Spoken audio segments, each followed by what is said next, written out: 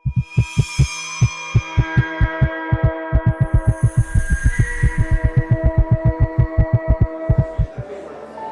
me to call people in the back to pay attention with us. Excuse us for the delay. We're waiting on some people stuck in traffic jam, and some people are still bleeding out their way to arrive to 7 Orchard. I hope that other people from outside can join us as well, as long as they hear us.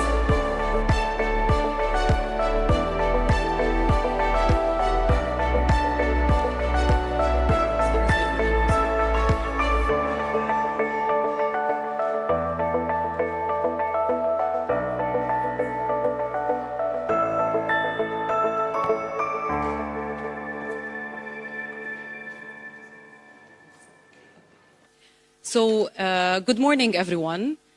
I would like to thank you for being with us here today and bearing with us for this some delay, and which is out of our hands. And I hope that all our speakers will arrive on time so you can enjoy this fruitful day together. My name is Rana Al-Qawasmi. I'm the Programs Manager at Genovate, and allow me to welcome each and every one of you. To start, I would like to say a glimpse about what I learned through my journey in Genovate, which when I started, I learned from the team that innovation is the ability to see change as an opportunity, not a threat. Looking out at this room today, I don't only see opportunity. I see the future of Jerusalem's global impact. Distinguished guests, visionary founders, investors, partners, entrepreneurs who have dared to turn a what-if into a reality. Welcome to the Genovate Scientific Research and Innovation in Health Tech 2026 Forum.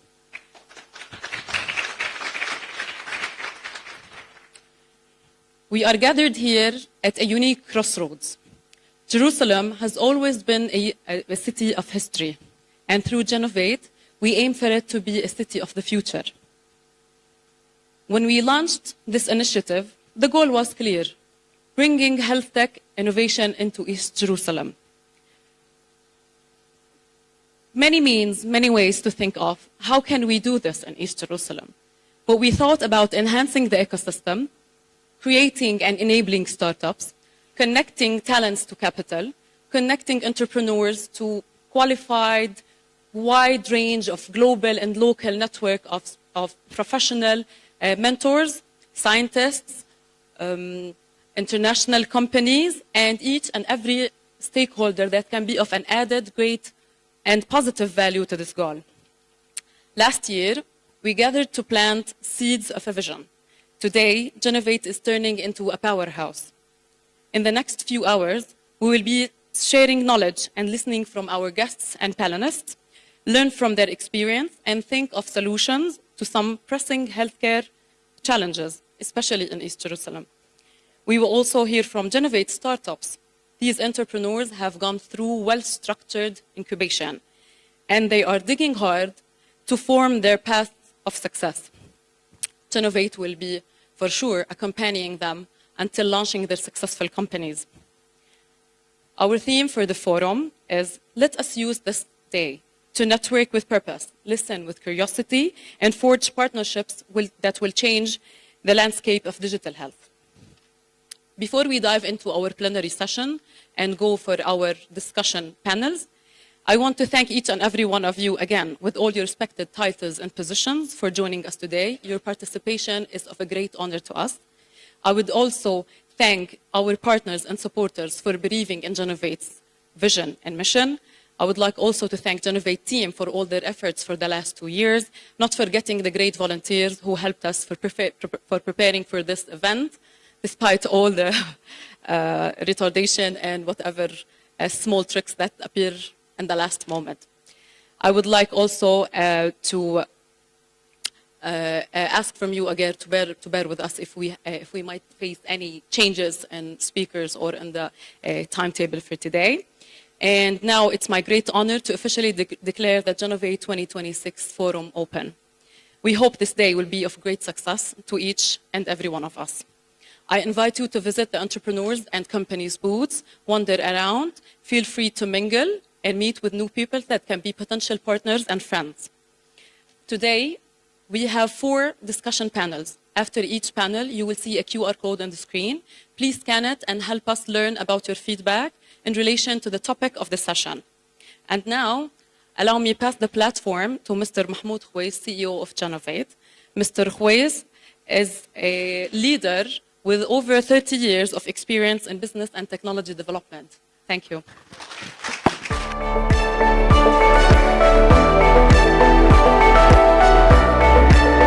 Yes, thank you. Well, I extend my welcome to you. Thank you very much. Appreciate your time and efforts, and I hope that this day would be fruitful for all of us. It's nice to see all these faces. Many of you have supported us at Genovate over the past 2 years, and we highly appreciate that. I will jump into the presentation and proudly to present Genovate work and future vision with you, and we'll continue working together. Thank you very much. I will start now. Rafar. Okay. So maybe I want to talk a little bit about our vision. Not reading here, but we want to connect researchers, clinicians, and the business together. Industry with the business in order to start creating some businesses in East Jerusalem. And those businesses are startups in the health tech innovation field. So it's a different type, different quality, different level of businesses that we're thinking of. We thought, actually, we conducted a little study. It's also, the booklet is there, about health tech in East Jerusalem. And we found that East Jerusalem has all the knowledge, people, infrastructure, hospitals, clinicians, physicians, biomedical engineers, the pool of talents that we have, the closer to us to the very successful ecosystem, the international ecosystem, we all have access to that. The universities in East Jerusalem. So without taking that opportunity and switch it into real success into East Jerusalem, that would be a shame. So this is where the idea of Genovate came from. Genovate is the Jerusalem Innovation Center for Health Tech. And here I want to give 2 applauds for one, Dr. Dan Turner from Sharet Sedek, and Fadi Swedan and Avner Halpran. Those are the 3 people actually whom I discussed first, Genovate, and then they became our partners. So Sheba, Sharet Sedek, and Takwin Venture Capital are our partners, and thank you. And on top of that, we all gathered together and won the tender from the Innovation Authority of a 10 million shekels grant for enhancing the innovation in East Jerusalem. So the Innovation Authority is also, thank you very much, they have also a booth there at the beginning. If you want to visit them, I encourage you to go and visit them and see all the opportunities that they have. I mean funding opportunities for all projects. In the last 2 years, we have reached more than 1,400 people in East Jerusalem. This means it was zero people knowing about innovation and health tech in East Jerusalem. Now we have more than 1,400, and those are only our cohorts without calculating the Hebrew University, Israeli, Al-Quds University, like all the other actors in the field. Those numbers are only the Genovate numbers. From there, we could harvest 50 plus ideas about innovative ideas about innovation, and we have successfully started 7 startups. One of them has already got at Nufa, which is a 250,000 shekels grant from the Innovation Authority. Of course, we take the lead in directing all those innovators and how to reach that stage from ideation to commercialization. This is our role. And proudly also saying that we have participated in our 300 women has participated in our activities. So, and I see, thank you very much. And I see many in the audience, and this is something that we are very proud of. One of the advantages that we have is the more than 60 tier 1 mentors that we're working with. And those mentors don't only come from the research background. They're also clinicians, they're also business people, successful entrepreneurs who have already done their exits and sold their startups. So I believe that those are the value that we can bring to the entrepreneurs and innovators in East Jerusalem. Oops, I'm coming back. I will skip this one. So what do we give? We give clinical access, clinical research and clinical studies, and this access that we can bring through our partners. We are only the facilitator. We see ourselves as enablers for the ecosystem. And it's very important also to mention that all our activities and services are free of charge. So as you witness also here, the booth that we have here, we are here to help building the ecosystem in East Jerusalem by bringing all these minds together. Our roadmap. Oops. So to participate in our activities, this is our roadmap. In April, we're going to start our pre-acceleration program. The mix and match is where it's an event that we bring people with medical background, engineering background, and business background together and help them to create ideas, innovative ideas about unmet health needs. And then they can participate in our pre-acceleration program where we can take them from the ideation to commercialization. In May, we're starting innovation leadership program, and I'm happy to see many of those who participated in the last years in this program. This program is for people in the senior level people in from the industry, from East Jerusalem, whether it's Kubot Cholim or hospitals, universities, whoever. I want to rephrase it. All decision makers in the health industry are welcome to join. Again, it's free of charge. In July, we are starting our third AI in health tech program, and this is a deep tech. This is not how to use AI tools. This program is meant for deep researchers or researchers who want to start knowing about how AI can solve a medical unmet need with a product market fit. This is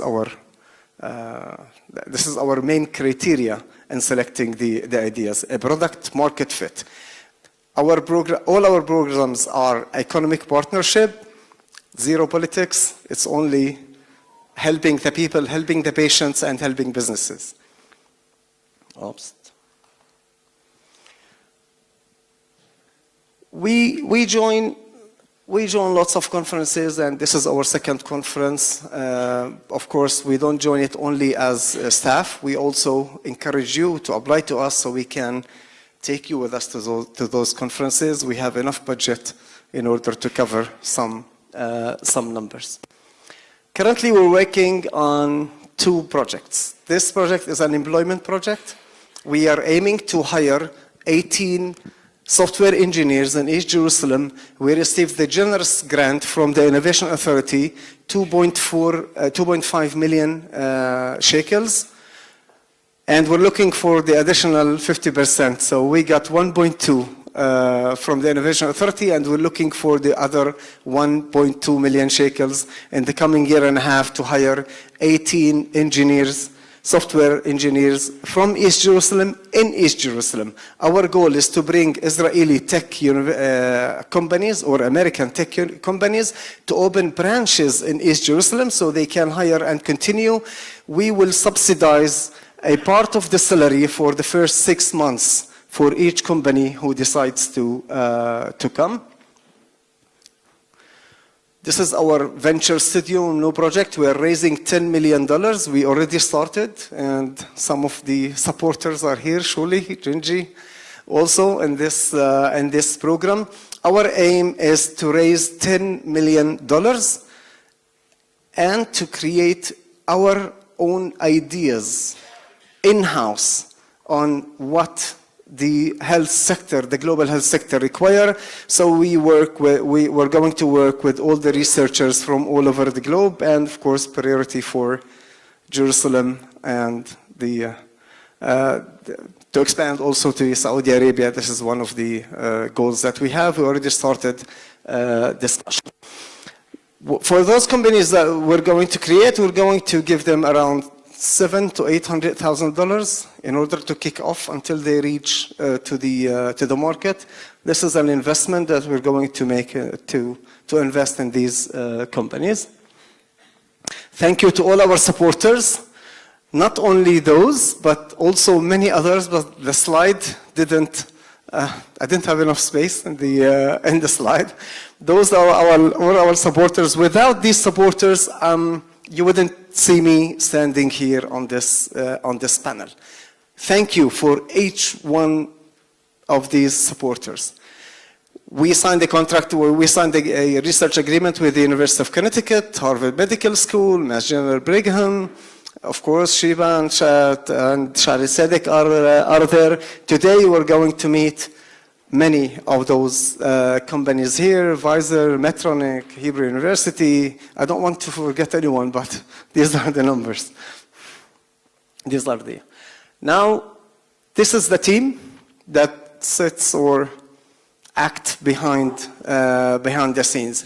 I'm the logistics person. Jafar is the CTO, and he's working with all the startups like one-to-one, helping them to develop their ideas and technological ideas. Rana, you met, she's managing all the programs, and Razan, she couldn't make it today. Our finance, without Anya Eldan, we will not. She's an anchor for us and connecting us to the right people and connecting us to the investors as well. Jamal and our CFO, Maisa, also cannot make it today. Thank you very much for your time. Thank you very much for coming with this weather. Appreciate it. Thank you.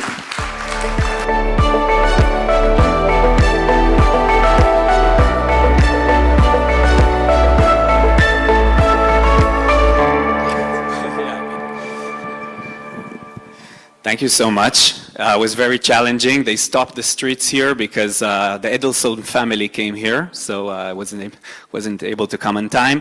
But I have to say, Mahmoud, Jafar, Rana, Ronnie also from our marketing team, so much thank you for organizing this amazing event. And always you find the best locations, the most impressive and inspiring locations, so thank you. Not the easiest to get to, I have to say. So just, I want to start by saying that this is very exciting for me personally. This is from the event last year, and I was really impressed. Genovate was only created at the time to see the energies, and maybe you see your faces here. You can recognize yourself. The great energies and the passion that I saw in the crowd. And I think you did a big move in the last year to really build an ecosystem here in East Jerusalem. There's a huge potential, untapped potential of the Arab sector. We're talking about 400,000 people, okay? It's a huge amount of people who currently are not participating enough, not in high tech, and of course not in entrepreneurship. Previously, before joining the IIA, I was one of the founders of Made in JLM, organization that is focused on here entrepreneurship and high tech here in Jerusalem. And we always try to understand how we can blend in the Arab community better, and I think these moves are very, very important. If we work together in hospitals and HMOs, and 50% today of the medical staff in hospitals here in Jerusalem is Arab, there is no reason we won't see the same in high-tech companies and the same in startups. So this is why this is very exciting to me. A few words about what we do in the IAA. First of all, we are the public entity that is supposed to support high-tech entrepreneurship. We give money mainly to startups, so most of our funding goes directly to investments. The second here, we're looking for technologies of the future, areas where we can bring a real value. We're talking about bioconvergence, for example, combination between biology and engineering. I'm sure you heard about it before. And for that, we create applied research, R&D labs, infrastructure, and we receive more than 3,000 applications for investments every year. We approve around 1,000 of them. Okay, so the approval rate is somewhere between 25 to 33%, which is quite high. Last year, more than 650 startups received our funding. More than $500 million was directly invested into these companies. Okay, around 2 billion shekels was directly investment. And in addition, $300 million that goes from international programs like Horizon Europe and others. And if you'd like to hear more about Horizon program, we will have a table outside to explain about these as well. How do we do it? We have more than 200 due diligence experts, basically on every sector, that help us get the right decisions. Our principle of investment, we do not take any equity. So if we invest in your startup, we're not going to be part of it. Okay, we do not want to sit on your board. We do not want to tell you what to do. The only thing we do is we give you the money as a grant. If the company fails, you never need to return it. If the company succeeds, you will repay us out of your future revenues, up to 1x what you got from us. Okay? So it's a very, very good conditional grant, and hopefully you can also receive it. The last thing is matching. Okay? Every investment we give, we request to see matching from the other side, so we never give 100% of the grant. We would like to see the private sector as well. Okay. Okay. One of the main reasons we're here is because we are seeking diversity. Okay. Our ecosystem is great and growing very nicely, but with all due respect to cybersecurity, fintech, software, we need to see companies in other areas that are more advanced. We want to see more companies in medical devices, in pharmaceuticals, in digital health, in quantum computing, in chips, and every kind of energy, water, food tech, areas that are really needed in the world. And the fact that we're currently very, very focused on cybersecurity and enterprise software is not enough. So that is the thematic diversity, but not less important, demographic and geographic diversity. We want to see people coming from other walks of life. We want to see more Arabs in this community. We want to see more ultra-Orthodox. We want to see more women, and we will discuss that soon. And we do not want all of our companies to be focused in the center of Israel. Okay? We understand that there is a potential in Jerusalem, in the north, in the south, and that is why we're creating all of these activities. This slide shows you where the private investment goes to in the last year. Okay, so you can see that 70%, 75% of investment went only to 4 sectors, basically cybersecurity and software. 25% goes to the other sector, which is advanced manufacturing, medical devices, digital health, agri-tech, and others. And that is the main reason why our public investments go to the opposite. So it's almost like a mirror. We invest most of the money in much harder areas such as medical devices, ag tech, digital health, energy, and pharmaceuticals. And if you look only on health tech, around 40% of our investment last year went to health tech companies. Okay, just you can see it in numbers. In 2024, we invested $140 million in health tech companies. Most of it went directly into startups, and around $20 million went to infrastructure, $18 billion. Here I'm breaking it down to sectors, okay? $75 million, around $75 million to medical device, $33 million went to pharma, and $20 million went to digital health. Okay, so a very, very large percent of the money goes to health startups. And we don't do it only into startups. It includes research in academia, labs and databases. I know we have here people from Sheba in the crowd. Innovation centers such as Genovate are helping us promote more companies, NorthMed and Iptikar. Incubators and venture studios, we have Ion Labs and Edge Medical and EH Ventures, a lot of funds, incubators who create new companies in the world of medical devices. And we also fund pilots. So some of our projects, and you can also hear about it outside, we can actually fund a pilot of your company with a hospital, either in Israel or abroad. And last thing, of course, we support startups. So this is just a small amount of the companies we supported in the last year and a half.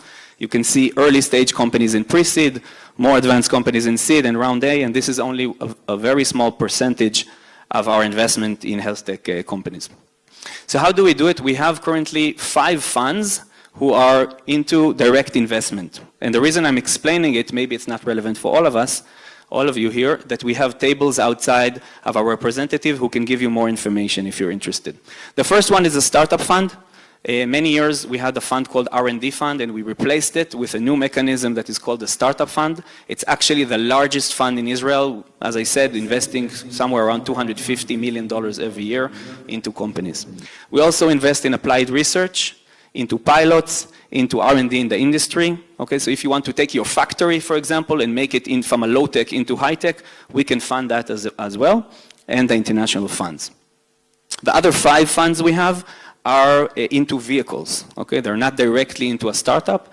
We have our incubator fund, innovation accelerator fund, that include also the innovation center, the R&D infrastructure fund, where we build labs for the future. So if you're interested in that, you can also discuss outside with our vice president of infrastructure division, Aviv, the human capital fund, and the Yuzma fund. And unfortunately, we don't have enough time, so I will just go through them quickly.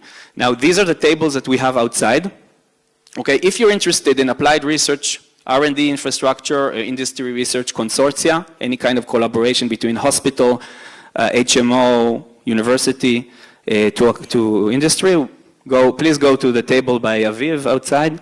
If you're interested in funding, startup fund, Nufa fund, pre-seed, venture incubators, etc., we have 2 tables outside of Michael and Chai, who can give you all of the information. If you're interested in more advanced companies such as the Startup Fund, Pilot Fund, Mofet Fund, etc., we have a table by Sarah. And if you're interested in international grants, such as Horizon Program, international pilots, etc., we have Ifat outside who can give you all of this information. Let's move quickly. This is our startup fund. Basically, we can support you all the way from an idea, even before you create a startup. So in the idea fund, we give 150 checks every year of somewhere around $70,000 each, and we can give it directly to your bank account, okay? Even before you create a company. That is the idea. Even if you work in a hospital or you work in a company currently, we can give you this amount of money in order to establish your idea, to build a patent, and to start your journey. So that could be very interesting. And after that, we have the pre-seed round, seed round, and Series A round, where we participate in investment round. Okay, you can see on the left the percentage of our participation, 80% in idea, 60% in pre-seed, 50% in seed, and 30% in Series A. If your company is led by an Arab or a woman, or ultra-Orthodox, the percentage is higher. So it's an additional 10% for the grant, so it's 66% in pre-seed, 55% in seed, and 33% in Series A. Not because we have any pity to anyone, we just believe it will help you raise the funding you need from the private sector, and that will why the percentage is higher for these sectors. Okay, where is this computer? Okay. Now let's go back for a second for diversity and see these numbers. This is from 2022 from our annual report.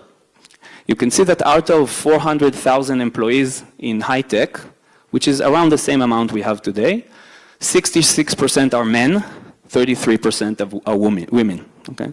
This is the same amount for many years, and it's very hard to break this glass ceiling. But if you go into deeper, you see that only 0.5% of employees in high-tech are Arab women, which is a very, very low amount, and only 1.5% are Arab men. So for a population that is around 20% or 21% of the population, 2% only of the high-tech employees are Arabs. Okay? And as part of that, we decided to establish a program, part of the 550 national program, where we invested 250 million shekels, around $70 million, we didn't finish the program yet, in order to promote innovation and entrepreneurship in the Arab sector. Okay? We created as part of it a venture incubator in Nasserat, 3 innovation centers in Sakhnin, Shfar'am, and Arara, 2 accelerators, 1 angel club in Sakhnin, in Arara, sorry, and more than 19 programs in order to promote entrepreneurship in universities, hospitals, more juniors, etc. And we are seeing the results, I have to say. We need to remember, and there's people here who might want to be entrepreneurs, that you don't start with entrepreneur on day one. Okay, the first thing we need is good high schools. We need our kids to learn in good schools and have good results. Then we have higher education. We need to see our people more in universities learning high-tech or learning medicine in order to succeed. Only then we can have more people in high-tech. And the last, I can say the cherry on top, is entrepreneurship.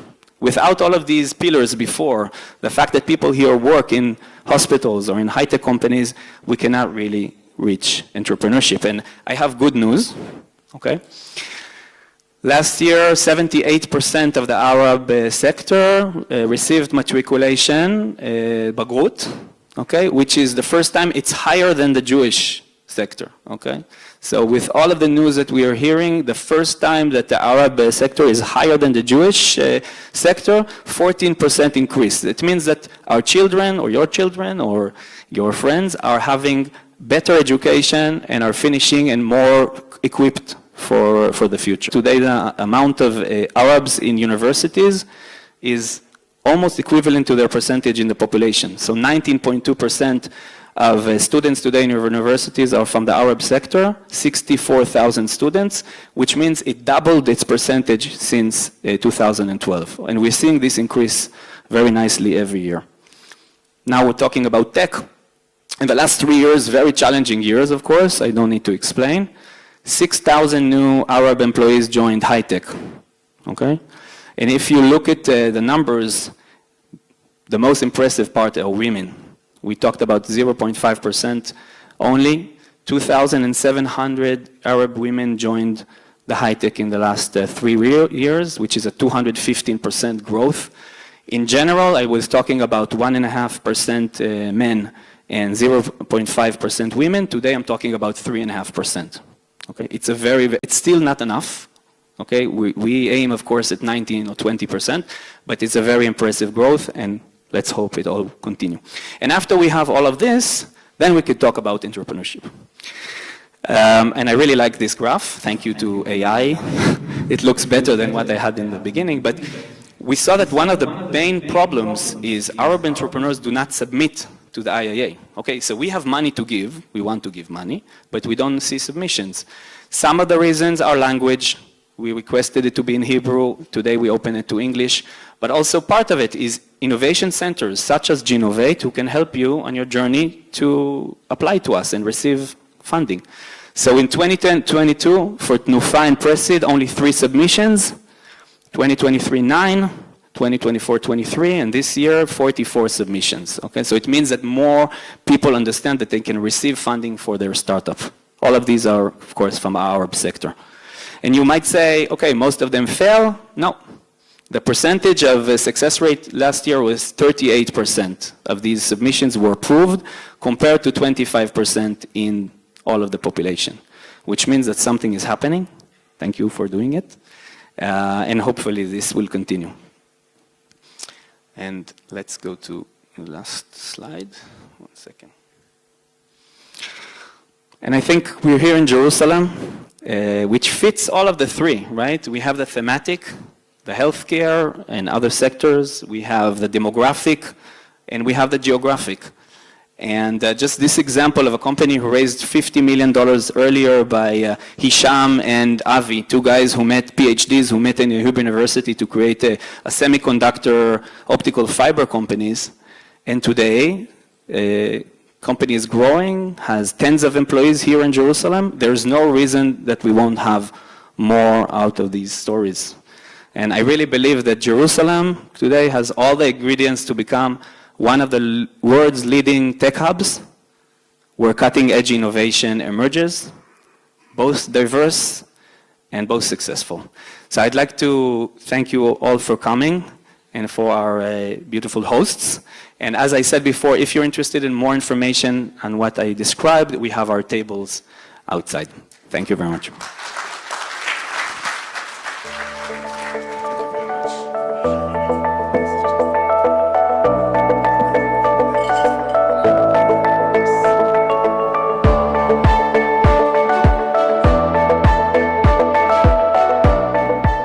Hello everyone. Thank you Mr. Mahmoud. Thank you Mr. Hanan.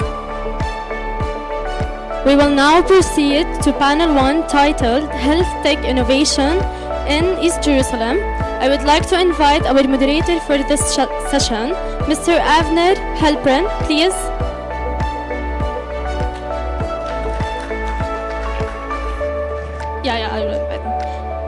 I would like to invite our panelists, Dr. Firas Abu Akar, Dr. Amnon Dekel, and Dr. Anan Qubti, and Dr. Michael Rosen.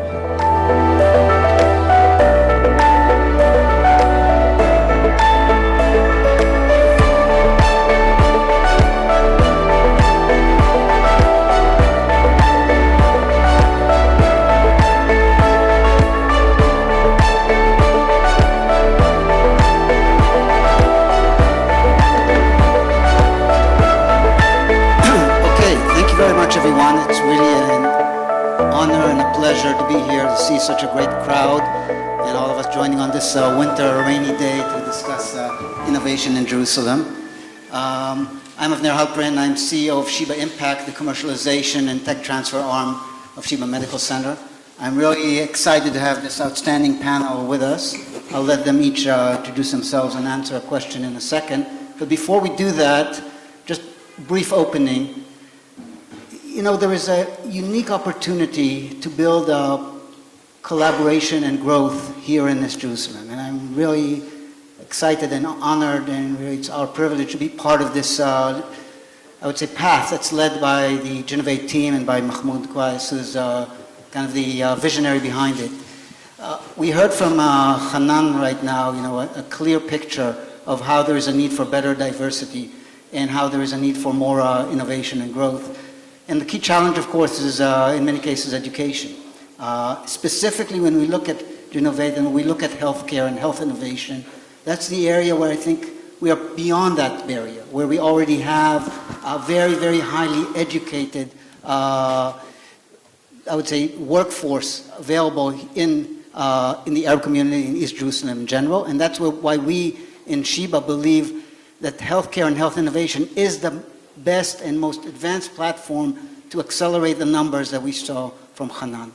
So we're very proud to be part of that, and we are here, and I'll say on behalf of Sheba also, willing to support any innovation, any opportunity to collaborate and build bridges in the healthcare space, and come and talk to us and test us on this.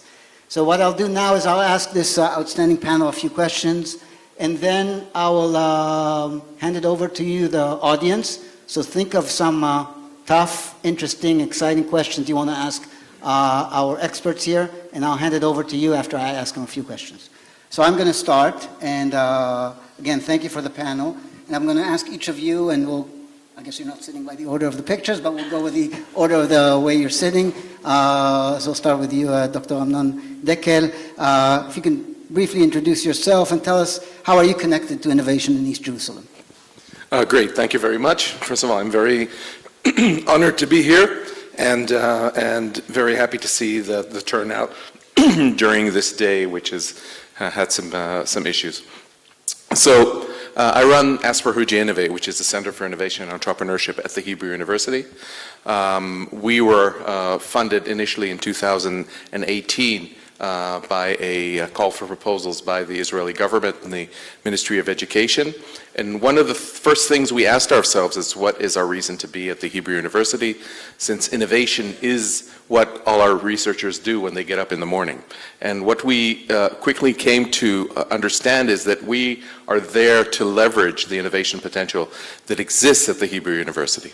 Now, when we talk about East Jerusalem, so we've been doing some work, first of all, with youth in East Jerusalem over the last number of years, and we saw Hanan's graph earlier, and of course, if you don't build the basis from the bottom up, then you're not going to be able to reap the benefits going forward.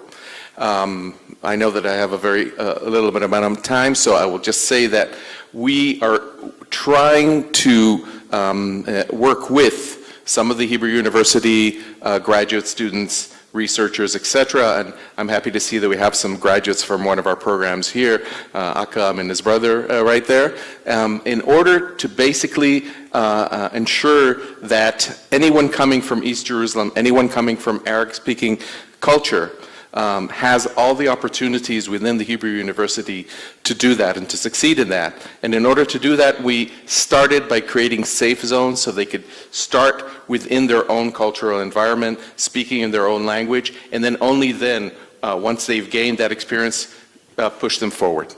Thank you. Thank you. Dr. Michal Rosentzvi, if you can introduce yourself and tell us what you do here. Sure, thank you. I'm very, very happy to be here and to listen to all of these discussions today. My connection to this place and to the activity here goes back. I'm a director at IBM Research. I'm also a professor at the Hebrew University, the Faculty of Medicine. And I'm the chief scientist of the collaboration between IBM and Cleveland Clinic. And I was part of a group that took responsibility of educating and promoting the health tech society in Israel. And I was part of this board managing that and creating the syllabus of what do we want to bring to physicians in Israel in order to grow their capability to lead innovation. And then we heard about Genovate and the opportunity to bring it here. And I'm a strong believer, and I saw it very recently because I have a granddaughter that was born 10 days ago, that it takes a whole village to grow a child. And I'm sure that to grow this innovation center, it takes much more than a village. It takes many more people to contribute. And I'm very happy to be a small piece in this contribution. Thank you very much. Okay, Dr. Anan Kopti. Okay, good morning. It's great to be here. Maybe a little bit about myself. I was born in Jerusalem, and my parents are from the north. I grew up also in Bethlehem, so I have a little bit of knowledge about the ecosystem in Jerusalem, in Nazareth, in Tel Aviv, Ramallah. And so I am also the founder of a medical device startup company that's developing a device to treat solid cancer tumors. And I spent a long time, a big part of my life in the US as well. I worked at the Harvard Medical School and physics labs, etc. I have a PhD from the Hebrew University. And also one of the founders of JEST, which was the Entrepreneur Center for East Jerusalem entrepreneurs. And I'm also active with Genovate and other groups. So I look forward to this discussion. Okay, so Anan, you kind of represent the entrepreneurs here in this region. We'll look to you to give us your perspective. Yeah. Dr. Firas, go ahead. Well, first of all, thank you for the invitation.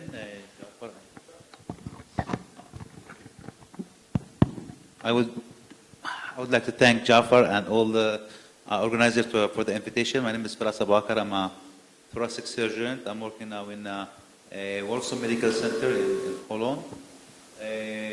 Regarding your question, well, as someone who was born and raised in East Jerusalem, and as a surgeon who at some point built a department in the eastern side of the city and also worked at the same time in the western part of the city, so it gave me a view of the exact situation of the health system in the city, and I can really identify with this experience the points of weakness and advantages of each system, I mean the Israeli and Palestinian one.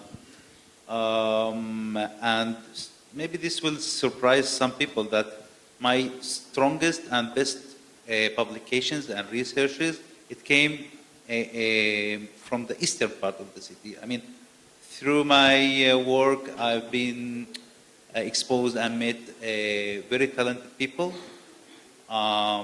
who are eager to work. They are very motivated, but at the same time, we have a problem with the infrastructure. We have a problem with the funding, with the support, with the mentoring. So if we invest a little bit in the eastern part of the city with the proper way, I think we can get so far in Jerusalem. Okay, so maybe, thank you very much for that, Dr. Abu Akara. I think we'll stay with you and we'll work our way back and really you talk about the research that you have done here and elsewhere. We want to see what can we do more in innovation here in East Jerusalem. Where do you see the opportunity? You started talking about it now and investing in infrastructure, but what else needs to be done so we see much, when we meet here in a year or 5 years, we'll see much more innovation here in East Jerusalem? Investing in people. I mean, we have people. Yeah, closer to the mic. Yeah, I can see East Jerusalem is a place with a very rich human potential. People are eager to do things and to innovate. But again, the problem is in the infrastructure, in the communications, to getting to the right sources to start the project. And this is what we need to focus on, to connect people and to support connecting people with the innovators and the companies. Excellent. Anand, how do you see that in terms of what can we do more to promote innovation here? You see the same way or other things we should do? So I think the first thing that we need to have is not just entrepreneurship, but entrepreneurship. In other words, people who take their ideas from A to Z with a strong commitment and strong call to action. So, there's a lot of startups that last for a few months or a year and then disappear, and that's not what entrepreneurship is about. You have to have a strong commitment. So I think that's, first of all, talent comes later, and we do have lots of talent. It's just that people don't have the opportunity to express that talent. I have a lot of students or students who graduated from Bir Zayt University, Azrieli, and other places who work with me. They're very talented, it's just that they never had the chance to express that. And so you need the right people, the right motivation, the right attitude of innovation to push that forward. And I think we sometimes miss or underestimate the value of a lot of our engineers and doctors that can do great things. So there are missing parts of the puzzle that need to complete the whole picture. But if you have that committed entrepreneurship attitude, I think that's the most important part, and then everything else will fall in place as you go. Thank you. Dr. Michal Tzvi. I completely second the importance of investing in people and the commitment of VCs and funds. I'm a strong believer in inspiring young people to get far.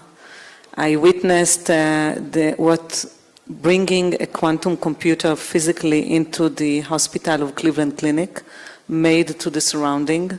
So a student from a low socioeconomic background who saw the quantum computer got inspired, high school student, and wrote programs to this computer. I think many of the people are not aware that a lot of technology has been democratized these days.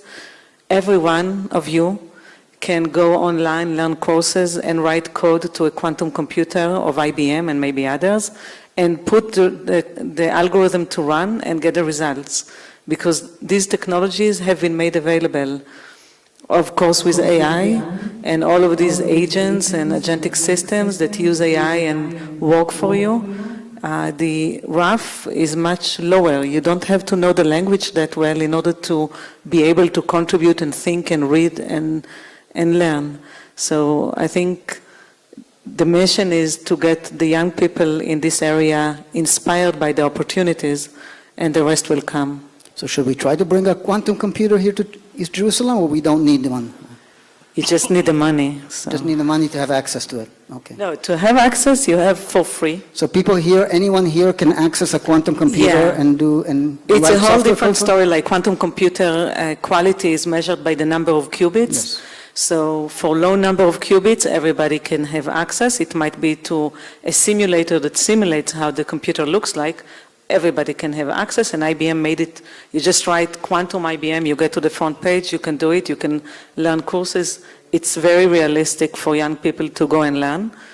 But if you want a very strong computer, there are things that maybe classical computer cannot, that's a whole different story. So we'll talk to the Innovation Authority outside to fund one of those. That will be our next discussion. Go ahead. So I agree with everything that's been said here up till now, so I'm just going to add an additional point. I think that social infrastructure is important, physical infrastructure is important. I think we also need cultural infrastructure for entrepreneurship. And one of the hardest things to do, if we're talking about the village, is to enable people to fail. And as we know, entrepreneurship is a place where you are going to fail in many cases. So you need to enable the village to not see failure as something that's going to cancel you out. That's great. Thank you very much. And again, one thing I mentioned in the opening is the opportunity to build bridges and collaborate. And one of the strength of healthcare is that in many cases it transcends politics, and health innovation sometimes allows us to do, I would say, wider-ranging collaborations in the region. So I think we all agree that East Jerusalem is uniquely located and positioned to be a bridge between the different, I would say, communities in the Middle East. And what I want to ask our panel now is, where do you see the opportunities in East Jerusalem to expand collaboration across the Middle East into other areas in Israel, into other countries in the Middle East? How do you see that opportunity? Go ahead. So East Jerusalem is not a simple place, as we all know. It's got a few problems, I think we all agree, in the context. But I see East Jerusalem as a substantial and very big gateway. If we're talking about Israel, if we're talking about the India, Middle East, European corridor, that is a really strategic and important a project that is hopefully continuing and happening, then I believe that East Jerusalem is a gateway that will enable Israel to be an important part of these types of things. Michal? I don't have much to add. I completely agree. It's a huge opportunity, and the ecosystem in Israel is very strong in the sense of providing a lot of opportunities. I see the international large companies come to Israel to learn about what you can do in innovation. So it's a great opportunity, and with the right connections and growth, with the Abraham agreements, and I've been in Abu Dhabi, in Mohammed bin MZBUAI, the University of AI in the Emirates, which brings a lot of innovation and seeks for opportunities for Israeli students. And I think there would be more. You mentioned Saudi Arabia. I've been talking with them through my connections in IBM. There's a lot of openness and looking up into what Israel can bring. And I completely agree that what is being done here is a great hope for growth that will benefit from the diversity we can have. Anan, you're an entrepreneur here in East Jerusalem, and you have to consider which markets you're going to target. Is it the U.S. market? Is it the Gulf? Who will you partner with? People in Israel, in the Gulf, in the U.S.? How do you see that? Well, it really depends on what market you're targeting. For example, if you're in the financial market and you want to go to the UAE, I think that's a great opportunity. But for someone like us in the medical field, the U.S. remains number one. I mean, U.S. is where it's all happening, and particular locations in the U.S. For example, Boston is known to be the number one location for medical device companies. So part of my company is going back and forth to the U.S. But each one has to, find their own challenge. I think a lot of the East Jerusalem, we have a lot of great talent. You see it all over the Middle East, in Jordan, in the UAE, in Saudi. Now it's opening up the markets. So the advantage of being in East Jerusalem is that you can go both places. So you can utilize, that opportunity to go to markets that haven't been really tapped into, and I've seen a lot of talent that has come out of Jerusalem, whether it's in the medical field and computer software development, etc. So again, just depends on where what market you're targeting. Yeah, I'll push you a bit further. I mean, you're developing a very exciting device to treat cancer, and so how do you make a decision? When you collaborate with academic centers where you raise talent, do you do it from the Israeli ecosystem? Do you go to the West Bank? Do you go to the Gulf? How do you make those decisions? Wherever the opportunity opens up, as an entrepreneur, your flexibility has to be one of your main attributes. So for example, we did our mice studies at Birzeit University in Jerusalem. In Ramallah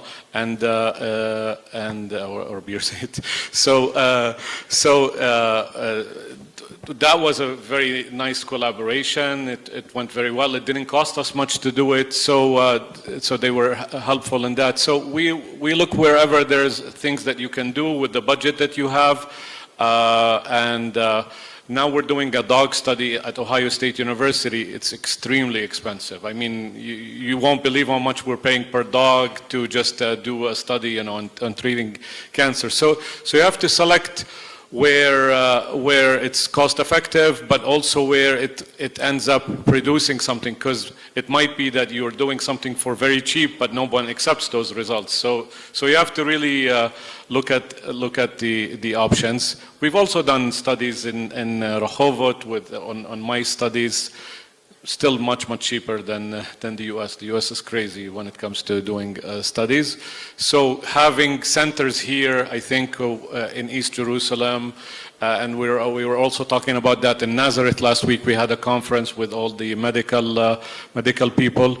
Having research centers, I think, can help, because frankly speaking, a lot of what's happening in the medical world right now is becoming a business, like doing clinical studies instead of being concerned about getting this drug or device into the market as soon as possible and helping out the startups. People are turning it into a huge business and a huge profit. So that's something that makes it more challenging for entrepreneurs. Firas, how do you see it? Where are the opportunities to collaborate in the region for you? This should be done, again, through people, not through platforms. I mean, ecosystem can grow up by trust and direct communication between people. So I believe that, again, we need to invest in people. We need to not to just export and import idea to East Jerusalem. We need to support the local minds, support their ideas to grow up, and then after that to try to build up Jerusalem reputation in innovation. This may take time. This may be not easy, but once it become well established and it become with a good reputation, it will attract the attention from not necessarily just from the Middle East, maybe beyond. Okay, thank you very much. So we definitely need to build the reputation of Jerusalem as a center for innovation. I'm turning to the crowd now, the audience. Anyone has a question you want to ask this very experienced panel? If so, raise your hand. Do we have a brave soul who wants to ask a question? Going once? Going twice? Yes? Okay. No? You want to ask a question? You were pointed at. No? Okay, okay. Anyone else? If not, I'll continue asking questions. Go ahead, sir. Just introduce yourself, please. Yeah, Rami Akilan from Hebrew U. So I think the panel is discussing things at the East Jerusalem side, But my question is how to really, the other side, allowing more integration of, we saw some more increase in student numbers, for example, but still at a certain level, you have this block, you have this, well, we live in a checkpoint city, so it is surrounded by all these checkpoints, but it is the same when you want to get to the next level. So what about the other side? How much they allow integration, how much they allow employment, how much they allow these ideas to start, build up, because they don't have the confidence of getting where you guys are discussing. So you're pushing us a little bit and saying, okay, that's very nice what we can do on the east side of Jerusalem, but what do we need from the west side? Basically, if I can say it that way. You want to answer, Amnon? Go ahead. So let's talk about failure. We completely failed at my center at the Hebrew University in developing entrepreneurship programs for Arab students. And we failed initially because I said that we need to ensure that the Arab students take part in all our different programs. And we won't make any special program for them. And that's all nice, but they didn't come. So we understood that we need to create a safe space for Arab students initially, for the first moves in their entrepreneurial journey. To me, it was a shock to see them, to see the Arab students in those types of environments, feeling free, not being stressed by any of the different issues, if it's politics, if it's culture, etc.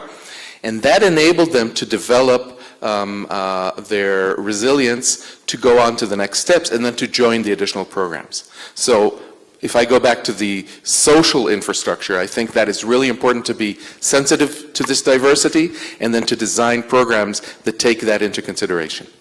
Anyone else from the panel wants to answer this question? Go ahead, Michal. I'm not going to really answer, just to strengthen your point. I'm working at IBM Research, which is mainly in Haifa, and we have also a location in Tel Aviv.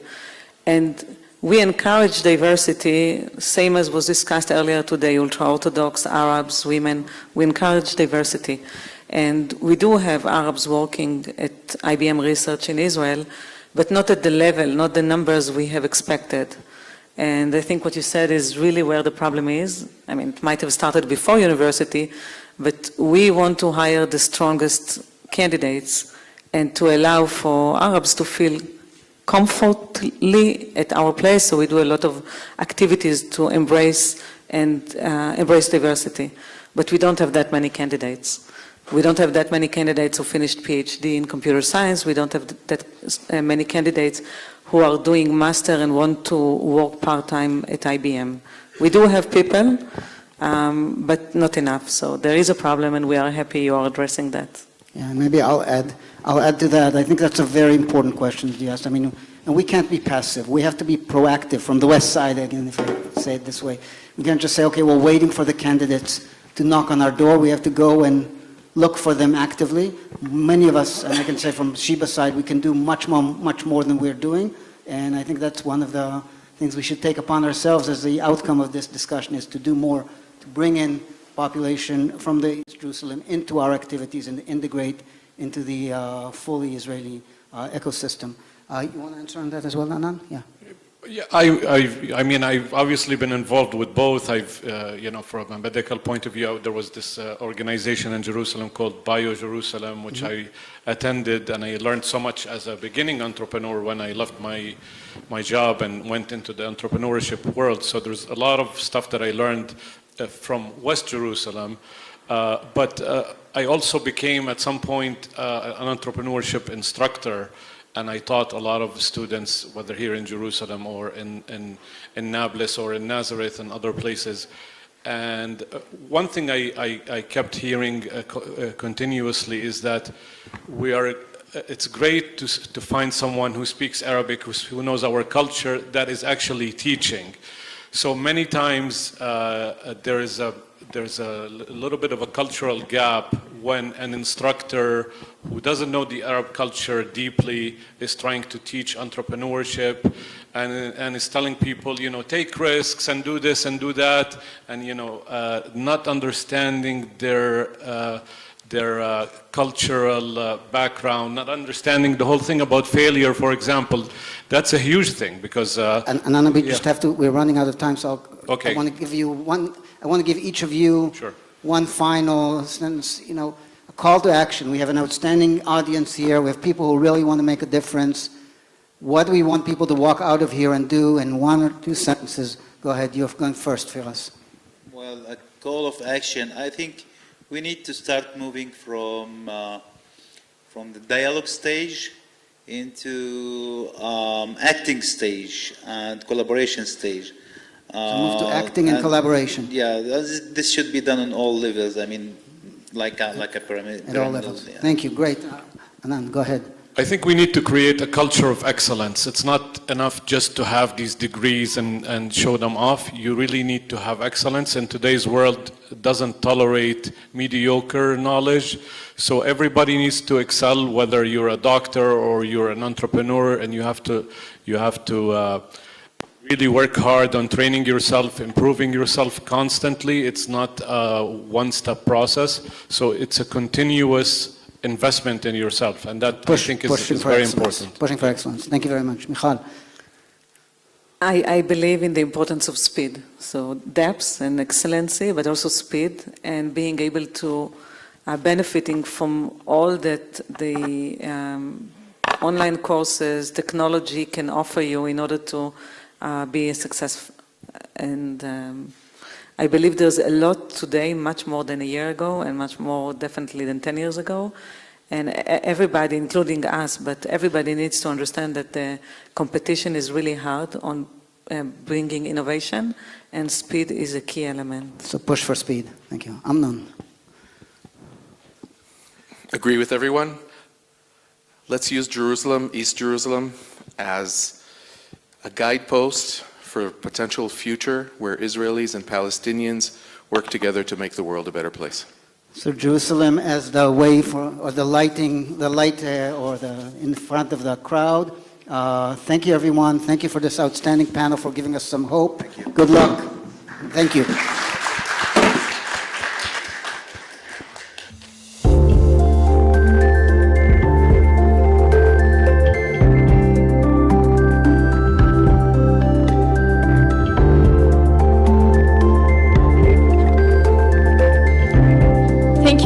Panelists. Now, like it's shown on the screen, there is a QR. You can scan it and give us a feedback, please. AI as the third eye, supporting humans' high-risk medical environments. I would like to welcome Professor Luay Abdallah.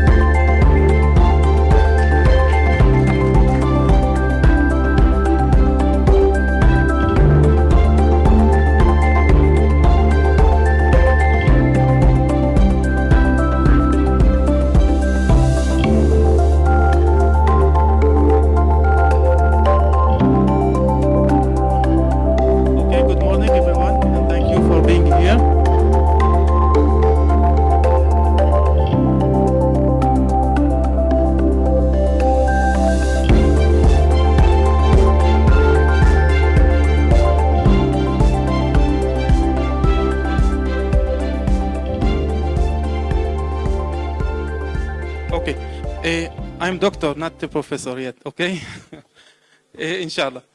And okay, today I will talk about artificial intelligence in the healthcare domain. And I will not talk it about in the way that usually it is presented. I will not talk about robots that replacing doctors. I will not talk about AI making decision instead people. I will talk about something that the AI will support the human in making better decision, especially in environments where the pressure is high, the complexity is extreme, and the mistakes are very, very critical. So I called this as AI as the third eye that supports human to make decision. First, I will talk about my journey in AI and how I arrived here. So I started AI in 2005, many years ago. I joined a research group focusing on defect detection in semiconductor manufacturing. That means we detect defects, especially in transistors production. The tiny defects in this industry are tiny defects that mean that even when it is very, very small, that we cannot see in human eyes. But these defects can destroy the line of production. So we started in this domain, in this field, or I started in this field in 2005, and the master and PhD I made in this domain. After that, using AI, using artificial intelligence, we developed an indoor positioning system. That means we locate people in indoor areas, like hospitals, like malls, for something like navigation, Waze, Google Maps, but in hospitals.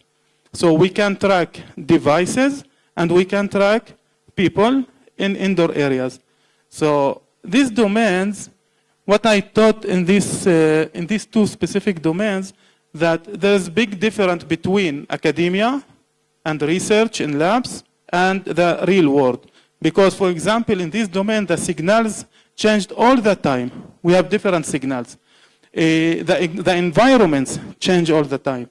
The people behavior change all the time. So it is very, very noisy areas, very, very noisy conditions that we try to locate people, for example, in indoor areas.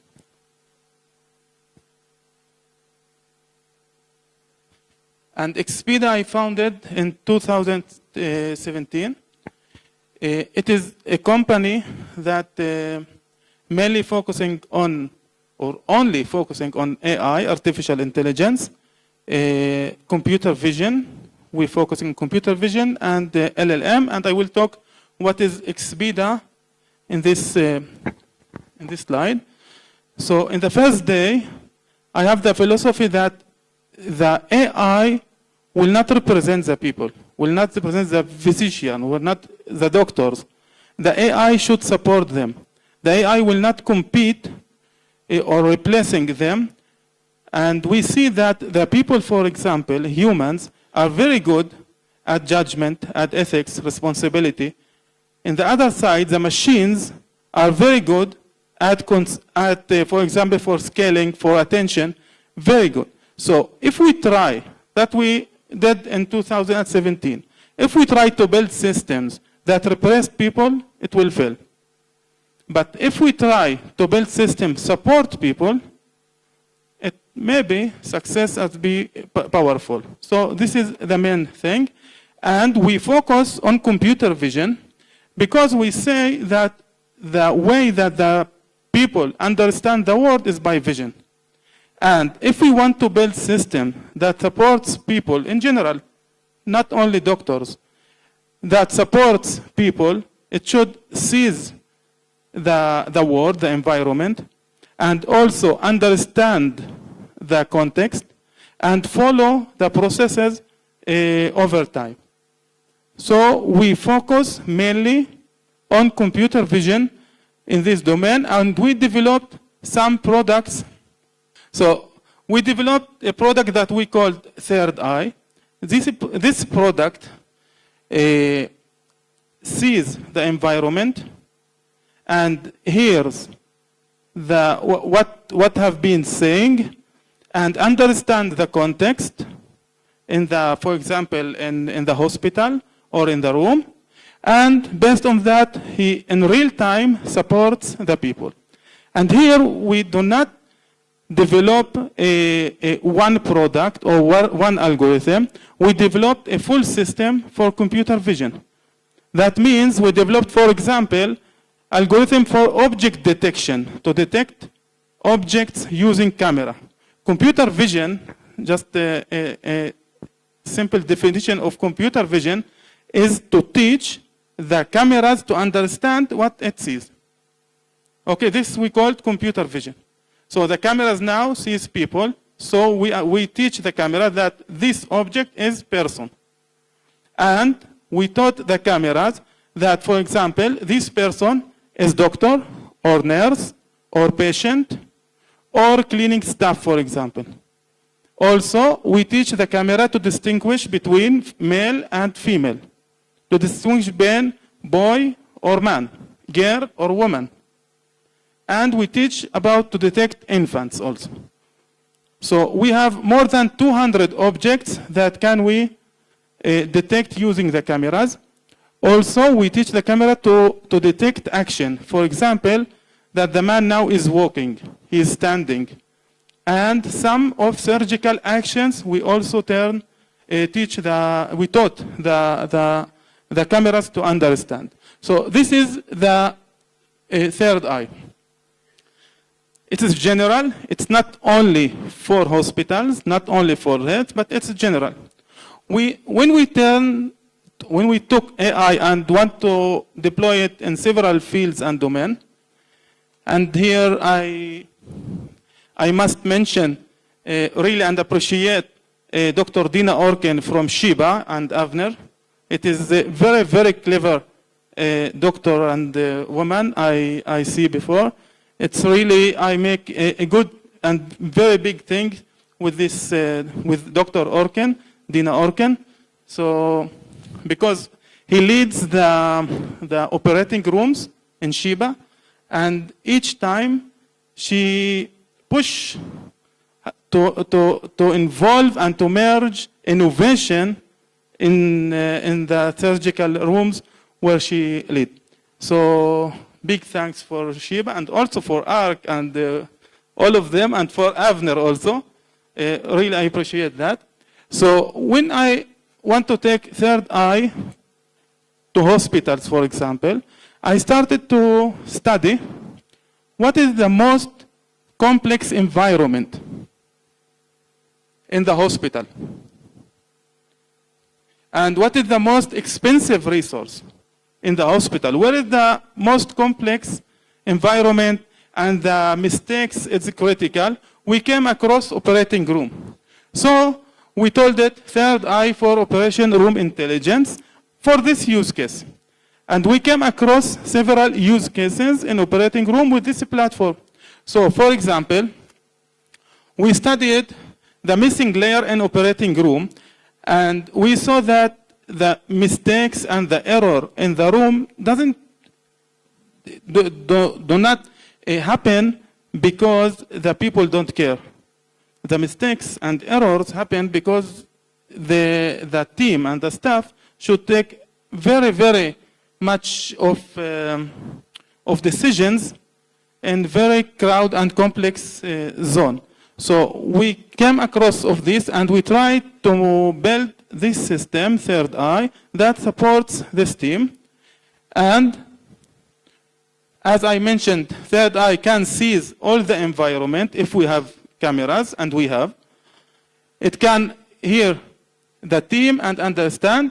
I don't have time. Okay, so we make several use cases, mainly at this stage 5 use cases. 3 of them during the surgery. That means the medication verification, we see the system sees what's written in the medication in the syringe labels, and yes, the syringe labels, and match and check if it is match the ampoules and the protocols. The second one, needles counting. Today, all the needles counting made manually. And so what we have here, something like calculator of the needles that document all the process of needle counting within this. Also, already we have this system working also, and voice check compliance. So with hands-free, you can talk with the system, and the system understand and document everything here. Also, we have 2 use cases in the environment. Cleaning and turnover compliance, we track all the process that, and we validate that the process is the process is made actually, and also sterile field traffic monitoring. All these 5 features we have in the product, so we have one package product. Once the system can seize everything and understand the context, we can integrate many layers of safety in this system. So we have one platform that include vision, audio, and context. In AI, we call it multimodal, yes, in AI. So we can integrate many systems of it. Why now? Because the operating rooms became all the time very, very complex, and today it's much more. And mainly the AI technology is mature. We have enough hardware, enough software, enough algorithms, so we can integrate it now in very good way. And the safety become more priority, much priority in all the hospitals. And our vision is to make the operating room thinks with the staff, with the team in real time in the surgical room, not after the error or the mistake it happens, because that's what happens today. So thank you very much for attention.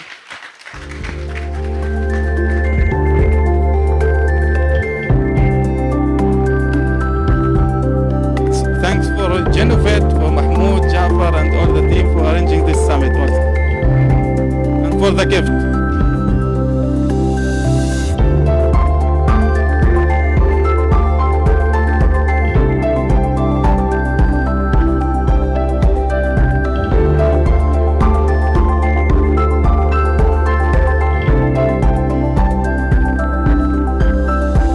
Thank you, Dr. Luai. We're having a QR for the feedback again. We're gonna take 30 seconds to scan it.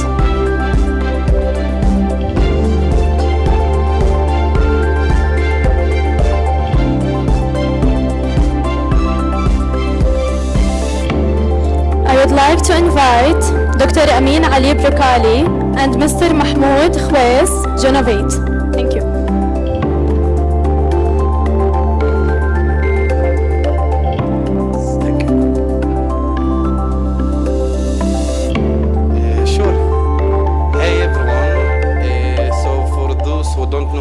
My name is Dr. Amin. I'm a medical doctor in my profession, a medical lecturer, and an entrepreneur, founder and CEO of a company called Brukali. So just a brief, Brukali is a medical education platform focused for the Arabic society. We focus on providing innovative, not only medical explanatory material, but innovative materials through AI and technology and innovation. And that's why we are here today to announce the collaboration with Genovate, with Mahmoud Khwais, in order not to only provide the Genovate programs to doctors and professionals, otherwise to provide it for students, to provide the technology for the leaders of the future, and to start providing programs for the youth, especially in Jerusalem. And that's why we are here to announce it, and we wish it will be blessed. Thank you very much, Dr. Amin. Thank you very much. Yeah. Please accept this. So with Brukali is very successful. They have more than 10,000 doctors who are working in their platform. So we thought that bringing innovation into the medical education as well, this would enhance the capability of those doctors, and also we will learn some of the tech part and medical work that they're doing. Thank you very much. We appreciate this partnership. Thank you very much. Yes, thank you all. Thanks. Thank you, Dr. Amin. Thank you, Mr. Mahmoud. I would like to invite Dr. Wasim Mujahid. Hello, everybody. My name is Wasim Mujahid. I'm a Jerusalemi medical doctor. I work in emergency department at Hadassah Ain Karem in Jerusalem. I'm also two specialists with emergency medicine and clinical pharmacology. I have several projects through the Young Hadassah with my private mentor, Jorge Diner, Global Pulse and Kiosk CPR. And this is a special moment that Dr. Mahmoud Khwais invited me to join this event. It's a special honor for me. And recently we launched the latest project, Toxicology Emergency Information. So our department, the emergency department, sees in the future that innovation, it's innovation for the medical education for the next generation in healthcare students. So we invite you to the first kind of international clinical toxicology conference that will be held on 31st of March in Hadassah Ain Karim. Also, you can visit our booth outside for the more projects like AMIS and JMAC, and the principal for it, it's the director of the emergency department, Dr. Ahmed Ni'meh. And welcome. We are inviting you in special.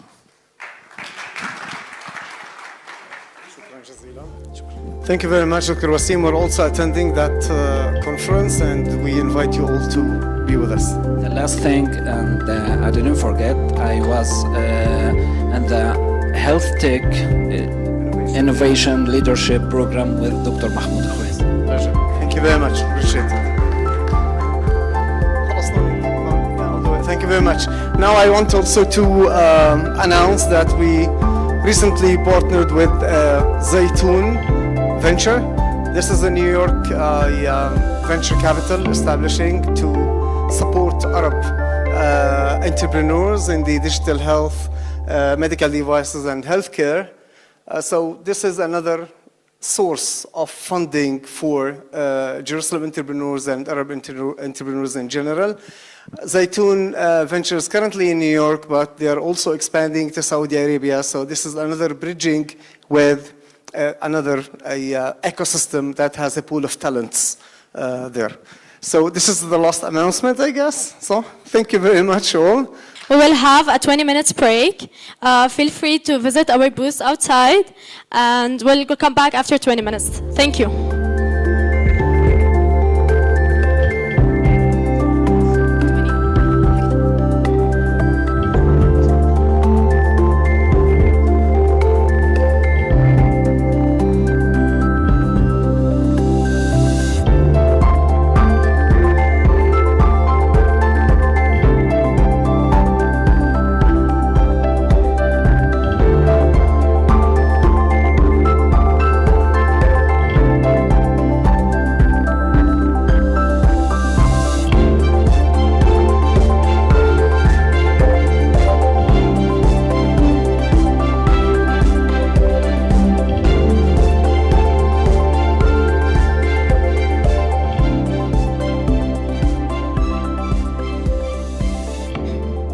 We now move to panel 2, titled Technological Trends in Healthcare.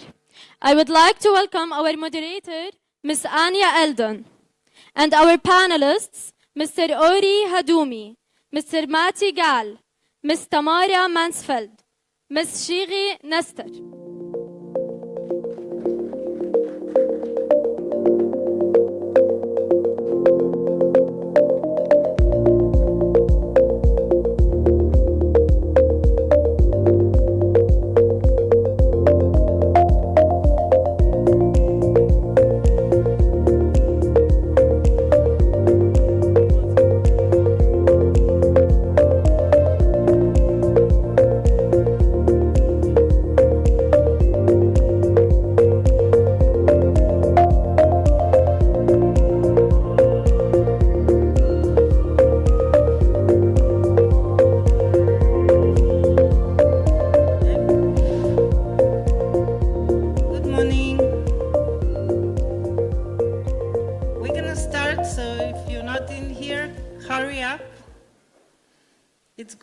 So many familiar faces, and I've been with Genovate from the beginning, and it's so great to see companies that are maturing and all the doctors coming and all the entrepreneurs.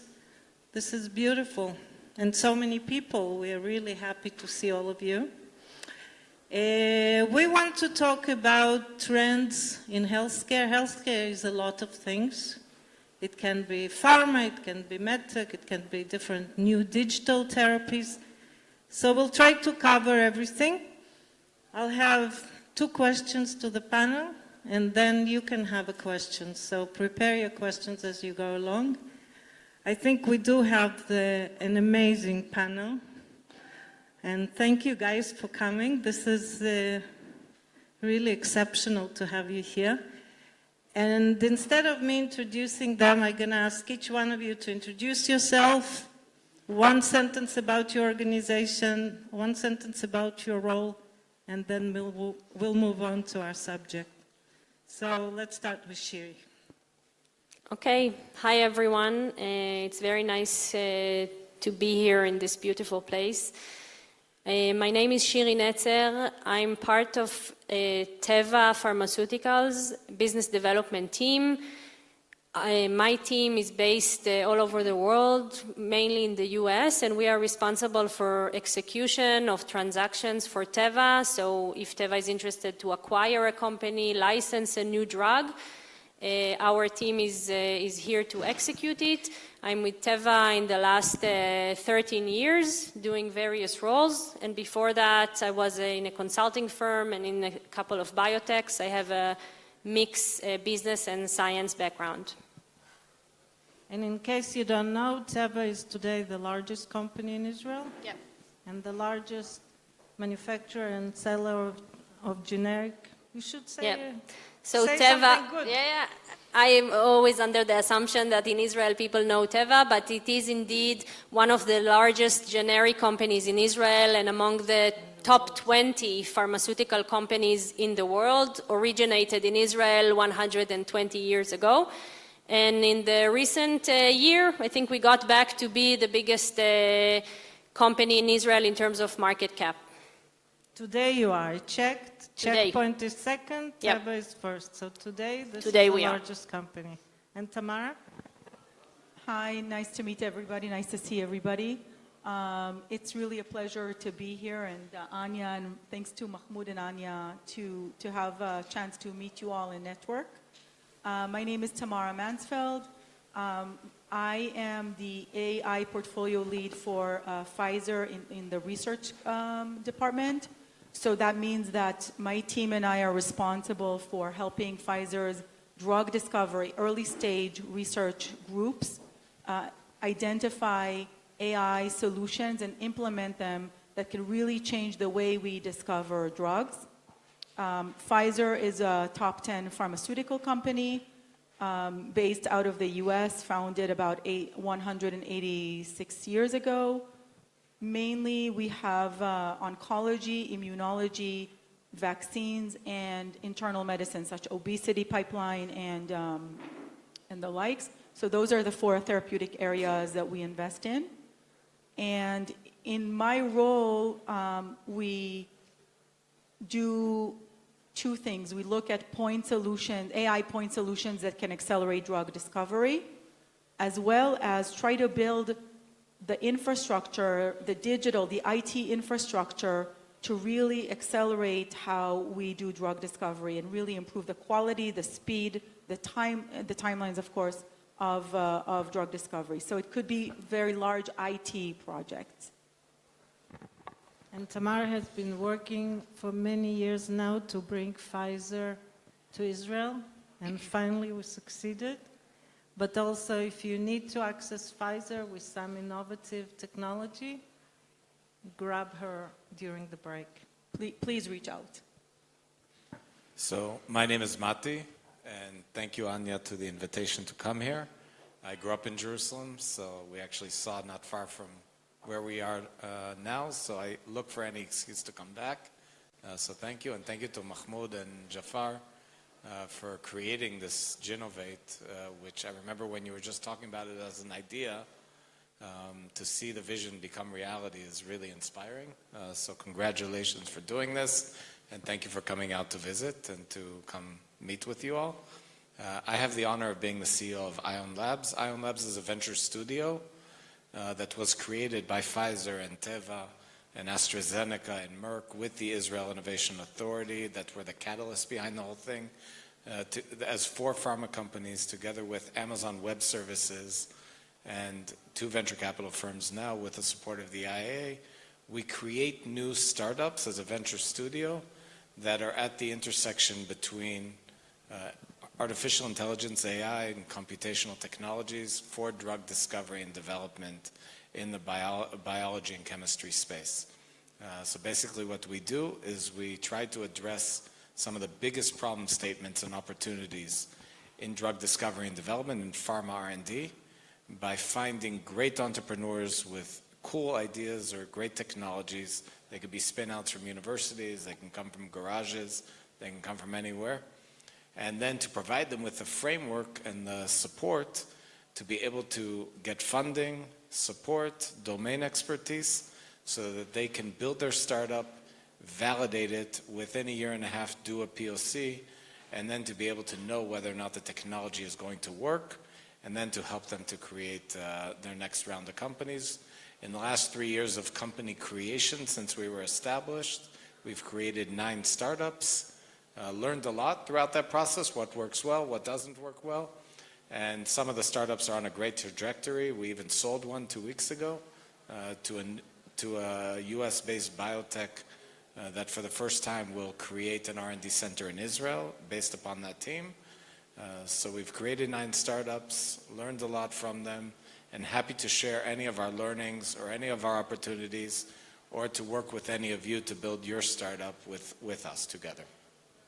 And if you want to meet anybody in the healthcare ecosystem, you talk to Mati, that's what I do. And then I send them to Anya. He knows everybody, and he's always happy to help. Good morning. Sabah al-khair. Sorry, I can't speak enough. I feel guilty for not being able to speak enough Arabic.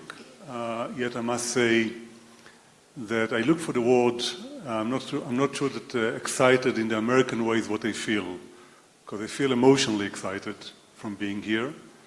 And because I'm an emotional person, I will not take it too long, but I feel that in these cloudy days, sitting here in front of you and talking about medical innovation and the ability to found and do good things together is a big thing.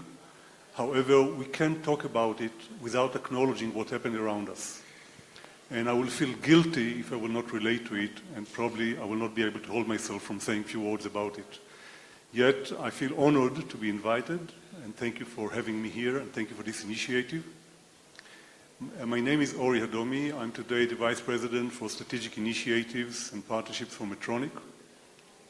Medtronic is a company that is the largest company for medical devices globally. I'm in the leadership team of this company, yet my experience is in a very narrow area. I founded 3 companies in the area of image-guided surgery and surgical robotics. One of them in the area of maxillofacial surgery, and the 2 others in the area of spine and brain surgery.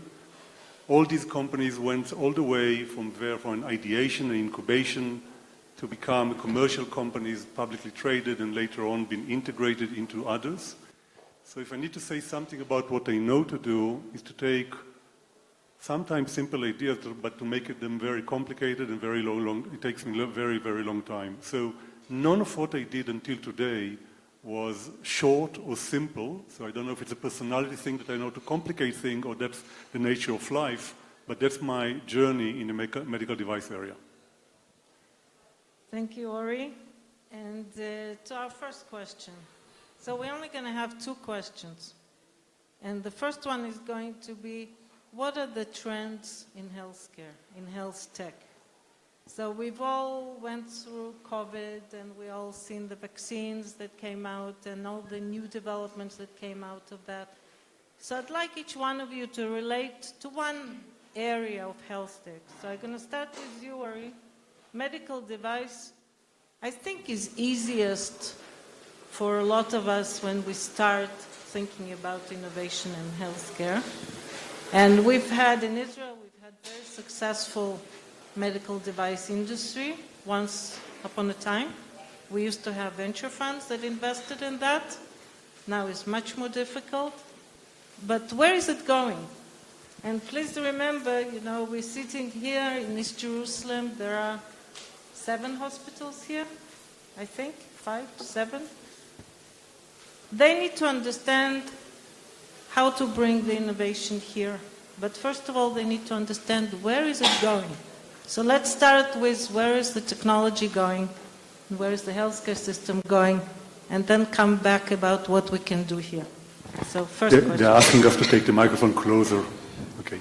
Well, I can speak without and I can be heard.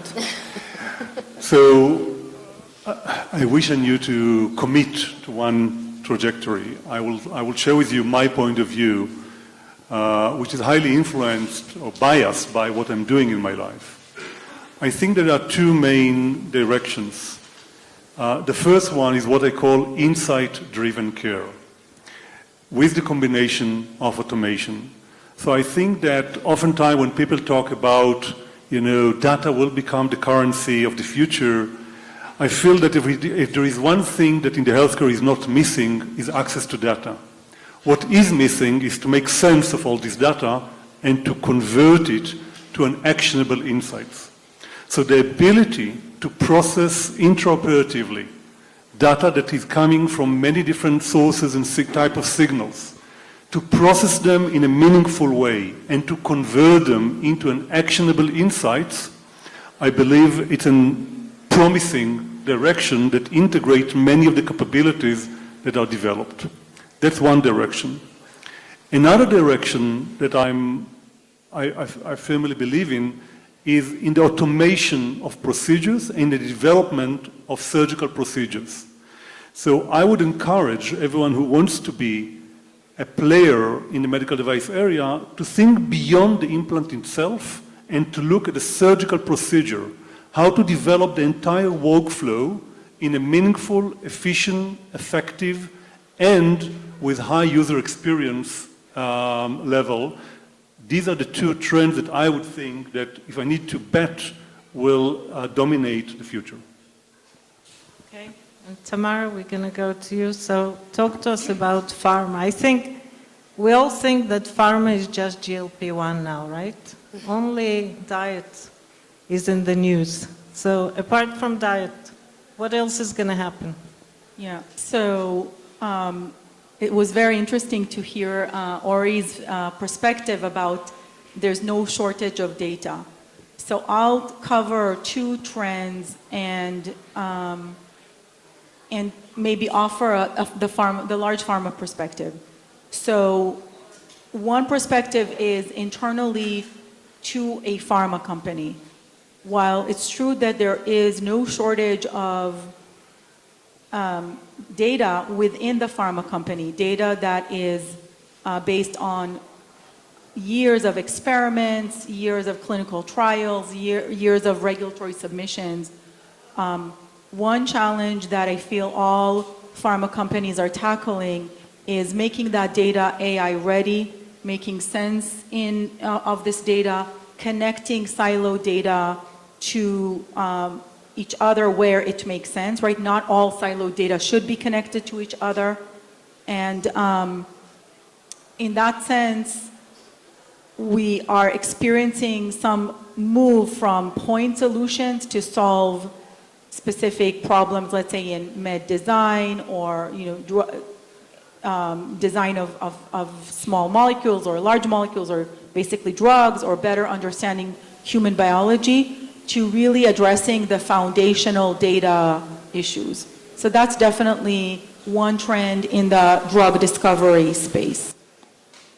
Another trend that I would like to talk about is a lot of you here potentially are engineers, and we're looking at building digital therapeutics, or maybe something that's between a device and a digital therapeutic. And with the new regulations that's called PRDRS in the US that decouples the risk between a drug and a potential digital therapeutics, where you can develop a digital therapeutic independent of the underlying drug that you're helping to, the patients that you're helping to affect, I think that's going to be an interesting point in the life cycle of digital therapeutics, and it's something to watch. So we went through a cycle with digital therapeutics of a hype, of saying, okay, digital therapeutics will, could have the potential to replace a lot of drugs, and then the reality met the regulatory hurdles, the development hurdles, the coupling of drug and device hurdles. Now with this change in regulation that happened in the last year or plus 18 months, it'd be very interesting to see where this takes this.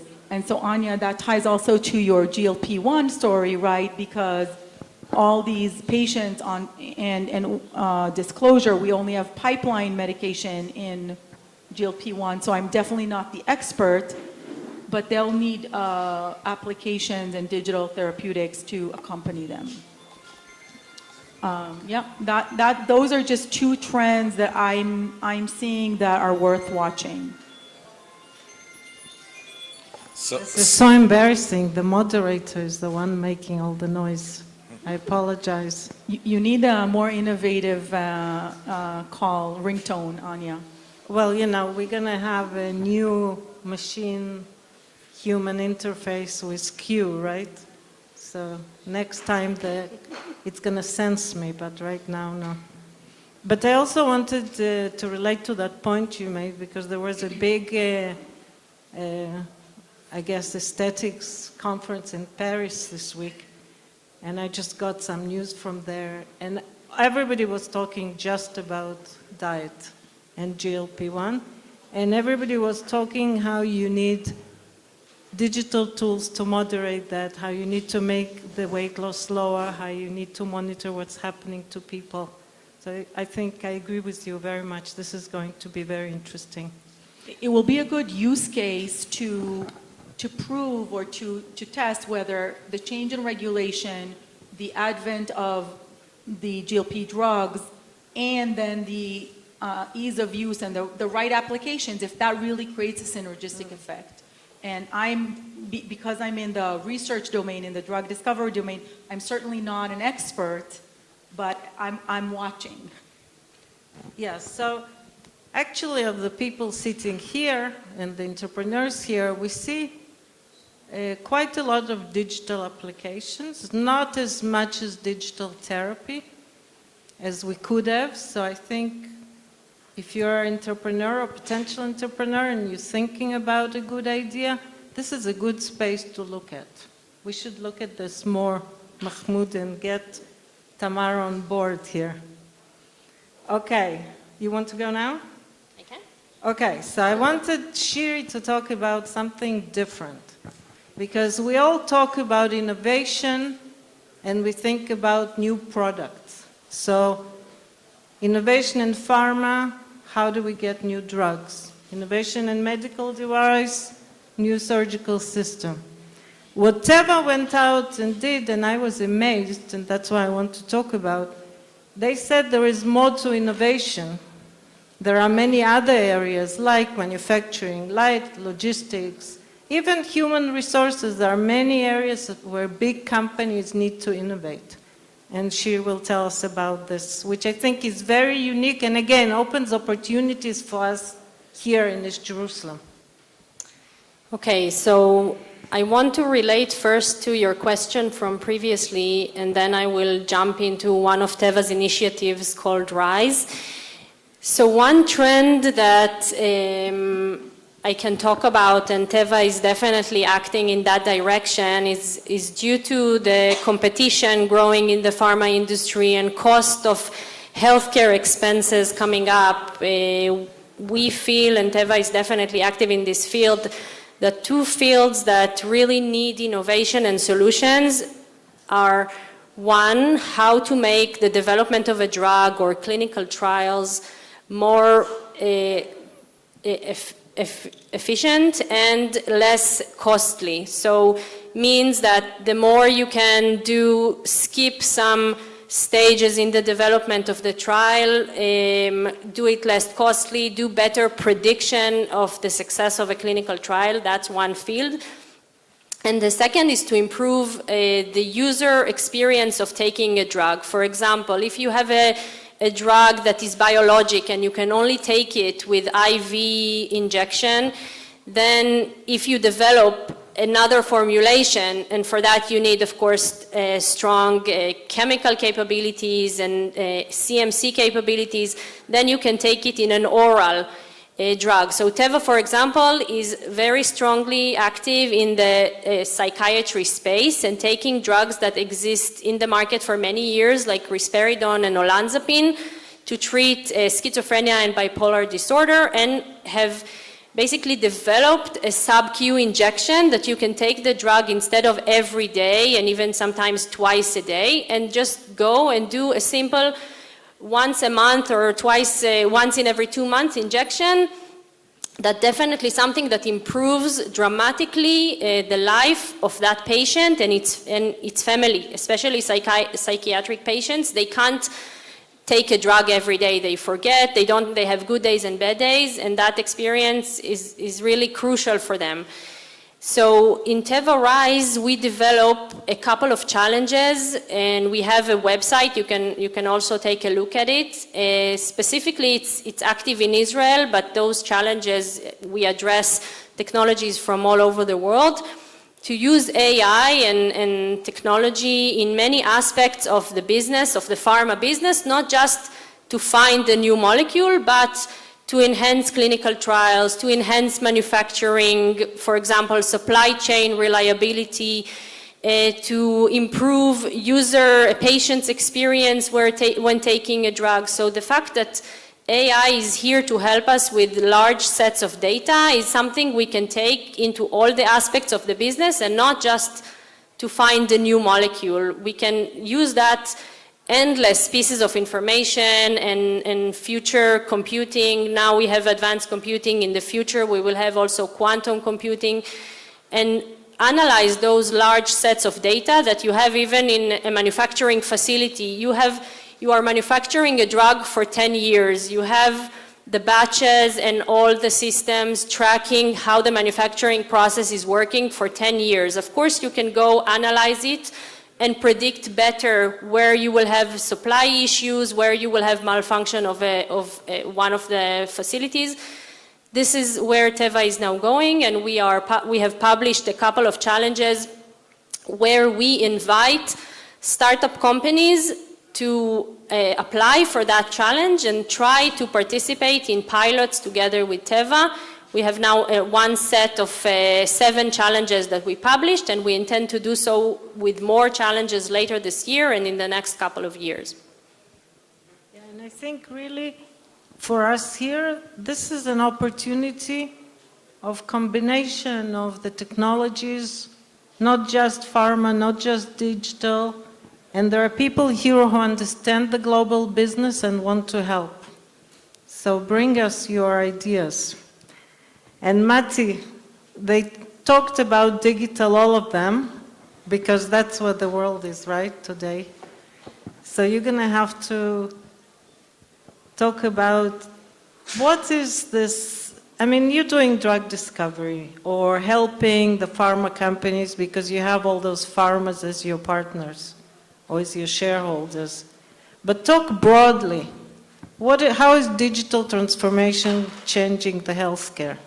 Sure. So maybe I could talk about it in 3 aspects. Number 1 is how it's happening now. Number 2 is what's going to happen tomorrow, because you need to be ahead of the game. And then third is how do you identify where the opportunities are. So let's start with the opportunities. In the pharma industry, there's so much left to be uncovered despite the amazing advances we've seen. And there's also a lot to be optimized and to be improved on. So there's a lot of opportunity there for digital capabilities, whether they be AI or other capabilities, to be able to help us shorten the time to clinical value, meaning that it now takes us well over 10 years to develop a new drug. It takes us, on average, more than $2 billion to successfully bring a drug from the lab to approval by the FDA. And the percentage of the drugs that successfully navigate that whole process are less than 10%, which means that we fail as an industry more than 90% of the times. And in addition, we are discovering now new biological mechanisms like GLP-1 that basically was understanding basic biology, by understanding what we could change in the cells of a human being that would make them feel full and that they are not hungry anymore and that they should stop eating. But that uncovery, which is a biological uncovery, it's not an AI uncovery, it's not a digital uncovery, is going to create a whole industry around it of new drugs and then new digital applications for that. So that's where the opportunities lie. That's where the opportunities lie. What's important in order to find those opportunities is to connect with real experts and to really understand what the unmet needs are, whether it be deeply understand biological mechanisms, or it's deep industry experts here on the panel, or those that are deep experts in the medical profession, in hospitals, in academic research centers, etc. So that's where the opportunities are. Now, what are we seeing right now in our space? AI, artificial intelligence, and computational technologies are helping us to understand how disease mechanisms work. We at Ion Labs have built 2 startups in that space. They're also helping us to discover new drugs. And right now, as an industry, there are more than 90% of the biological targets that we're still not able to effectively treat with new drugs, like in the neuroscience space. There's a huge untapped potential there to treat neurodegenerative diseases that a lot of us have elderly family members or younger family members that have died from. And there's still multiple types of cancers, multiple types of autoimmune diseases that to discover new types of drugs, whether they be small molecules, large molecules, proteins, antibodies, gene and cell therapies. There's still a lot to be done there. And then, as an industry, we still conduct drug discovery in labs for humans, but we do it with models that are used on animals. So all the time, you see these headlines come out about how there's a new breakthrough that has solved cancer, or solved a type of cancer, or solved Parkinson's disease, or neurodegenerative diseases. Usually that's based upon, at the best, animal models, meaning that we've tested out in animals and seen a good effect. But between that and actually being able, and this is why, we fail over 90% of the times to actually bring a new drug to the market and prove that it can work in human beings where the biological mechanism behaves differently, is impossible. And there's really no correlation. And that's where AI is helping us already. And what's next? We're actually, as a partnership, we're actually discussing this next week with the 4 pharmas and Amazon and others. But we're starting to think of, okay, is quantum technology going to be what we will all talk about 5 years from now in the drug discovery and development space? Maybe yes, maybe no. So there's still a lot more to be uncovered. New technologies, we're always, as an industry, usually the last to be able to adopt them. But that's where good entrepreneurs are able to find those opportunities, connect with real domain expertise, and build good startups and value. And I think the advantage in our industry, as a healthcare industry, is that when we are able to be successful, and you could be very financially successful, when we are able to be successful, by definition, we are doing good for humanity. Every one of us that's in this room, that's in the healthcare space. Okay, Matti, I'm going to stop here because here they're sitting on my neck. But we need a few more minutes, so sorry, guys. So, yeah, I knew we need an hour, 2 or 3, but we'll try to be quick. So you're sitting in East Jerusalem. Genovate is trying to create healthcare innovation in East Jerusalem. I think there are 2 aspects. One is there is a healthcare system here. How can it upgrade itself? How can it bring innovation? The other is all the entrepreneurship. I mean, how many of you people want to be entrepreneurs or are entrepreneurs or plan to be entrepreneurs? Raise your hand. There are a few more that I see that didn't raise their hands. There's a lot. Yeah, why didn't you raise your hand, Anna? Yeah. And you? Yeah. Thank you. So, in either way, either for the healthcare system or the entrepreneurs, how can they jumpstart and bring innovation that's not trying to go back and close the gaps, but actually to leap in the future? And you each have like one sentence. Yeah. So one of my first collaborations with an AI company was in 2016, 2017. And it was an African guy from Ghana that was trying to modernize the healthcare system in Africa. And based on my learnings from him, look for the leapfrog opportunities. There is a hidden competitive advantage for being in, two hidden competitive advantages of being in an ecosystem like yours. One is that you have to try harder, you have to innovate, because you're not sitting on piles of money and piles of resources. So innovation creates, necessity creates innovation. That's number one. Number two, leapfrog technologies. So in modern healthcare systems in the US, in Europe, we moved from paper prescriptions to desktop computers, to laptop computers, to iPads. This guy in Africa built a PBM, it's a healthcare organization, and leapfrog directly to iPads, taking advantage of the fact that there were no computers in Africa, but a cellular system. So once that technology matured, leapfrog. And if you actually would compare their data systems, their data foundations, their ability to execute at scale compared to now an American ecosystem that this data foundation doesn't connect to that, and doesn't connect to that, that is built, that started off being more modern, you would find that they're actually behind. So my message to you is necessity creates innovation, and then jump, cut through, take that and make it, turn it to advantage. Shiri, be half the time that Tamara took. Okay, so my advice is to stay as close as possible to conferences, grants, whatever will enable you to have exposure to large pharma or medical or healthcare companies or conferences. The world today is so easy. I mean, you can see things that are happening in Boston and in Europe, and whatever you can do to stay connected and create relationship, apply for certain programs that you can do from here. Try to do it, get the exposure, get the advice from people that you can, and use the platforms that you have online. Matthew.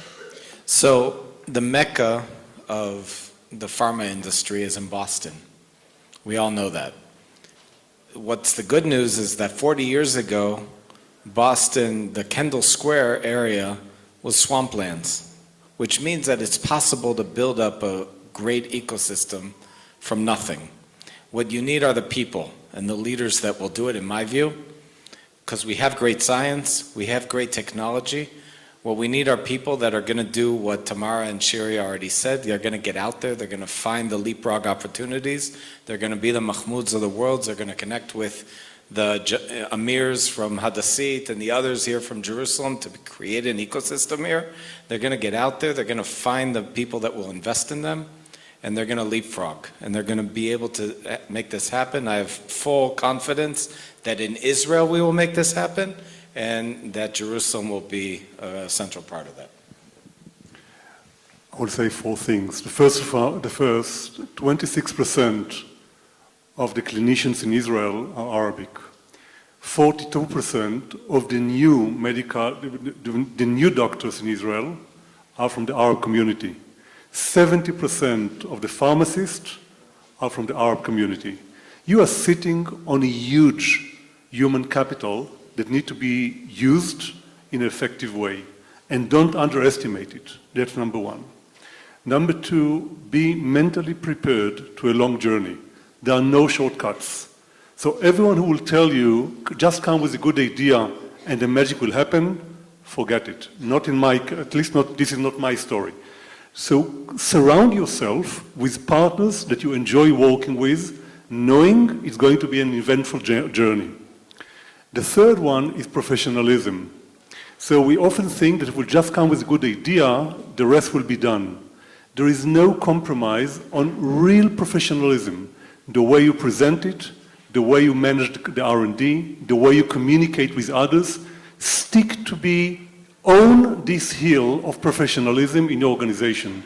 And the fourth and last one, build bridges and partnership has been mentioned with other groups.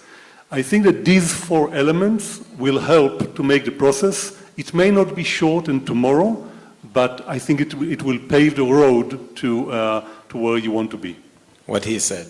And to summarize, one thing that Israeli ecosystem is different from any other is there are more people wanting to mentor others than anywhere else. And it really partakes to East Jerusalem as well. I mean, everybody I asked to come said, oh, they were so happy to come. You need connection to hospitals, you need connections to big companies, you need connection to anybody in the ecosystem. Talk to Mahmoud and he knows how to get it for you. And good luck. Thank you. Sorry for running. Sorry for not taking questions, but come and talk to us.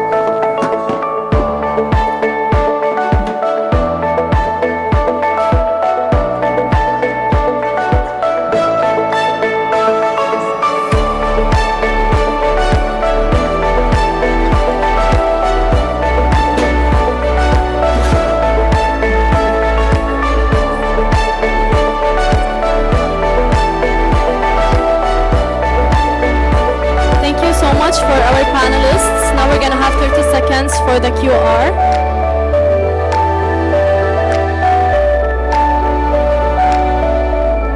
Scan the QR for the feedback.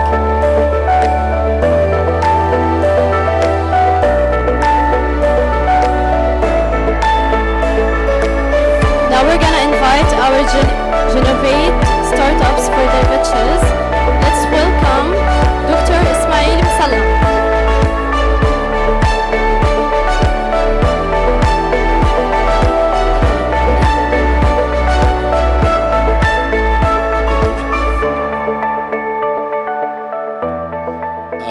I would like to share with you our experience in new innovative treatment for retinitis pigmentosa, a disease that has no treatment anywhere in the world. This treatment called ocular RP neuromodulation. Retinitis pigmentosa is a progressive disease and lead to, at the end of the day, lead to blindness. It started with day and night blindness, but at age of 40, most of these patients getting totally blind and legally blind. Indeed, there is no treatment for this disease, and the only treatment available is luxogen therapy, which costs around $1 million for each patient and limited to patients with specific mutation. I understand retinitis pigmentosa as reduced blood flow, and this has been proved even before the clinical signs of the disease developed. And these reduced blood flow lead to photoreceptor starvation, and this starvation ended with dormancy, which may extend for years before these photoreceptors die. Then, if we change this environment, then we can save these dormant photoreceptors. And we come to our solution, the ocular neuromodulation.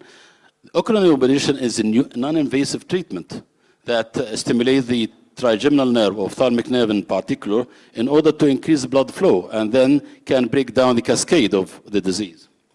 It can increase blood flow via stimulation of trigeminal vascular system and parasympathetic nervous system. You can see the treatment here. It's combination of treatment device rather and therapeutic. And the therapeutic vitamin C, it is enhancing the effect of a neuromodulation.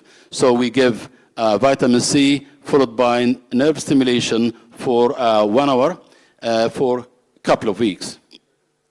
And this indeed just can reverse the process of the disease by increasing blood flow and restoring function of these photoreceptors by pushing them to reform the missing part of the photoreceptors as appeared in the picture.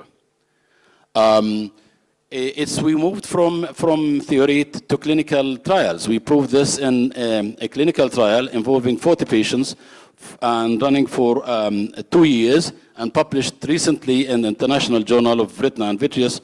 In these patients, we can indeed, by this treatment, restore scotopic vision, I mean night vision, effectively after this treatment in 60% of patients. Not only that, but we can also improve day vision and contrast sensitivity with a technique that proved to be safe. The only complication of this or side effect is just headache. Look at the graph. You can see the scotopic vision can be improved and maintained for up to 24 months. And if you look at the middle graph, this is the visual acuity, which also can improve up to 2 months in addition to contrast sensitivity. When we look at the competitors in the field, indeed there are a few. And the main competitor is gene therapy. But however, this treatment is very expensive, very invasive, and the cost of it around $1 million. As regard to retinal implant, chips can be implanted, but however, this treatment proved to be not effective and should be implemented in very, Our treatment is safe, non-invasive, highly predictable, and universal for all types of treatment and supported by patents in the United States and Israel. The market size for retinitis pigmentosa is huge. Is around $15 million with 70% including the United States and European community. Our business model is B2C, and our target are patients, physicians, healthcare centers, and our revenue will come from running very specified or very advanced smart centers dealing with this disease. In addition to selling the device and its deposition. Our pricing strategy is pay only when you get improved vision. We are not just selling a treatment without proving that this vision will be improved. Our team, myself, Dr. Muhammad, and we are receiving technical and financial support from Genovate. I would like them very much. At the end, we are looking for 18 months in order to develop advanced prototype in order to reach our goal. And I would like to thank you very much. And I would say our mission is just to restore vision for these poor patients with retinitis pigmentosa. Thank you very much. Thank you, Dr. Ismail. Now, second startup, Dr. Akram Abidat.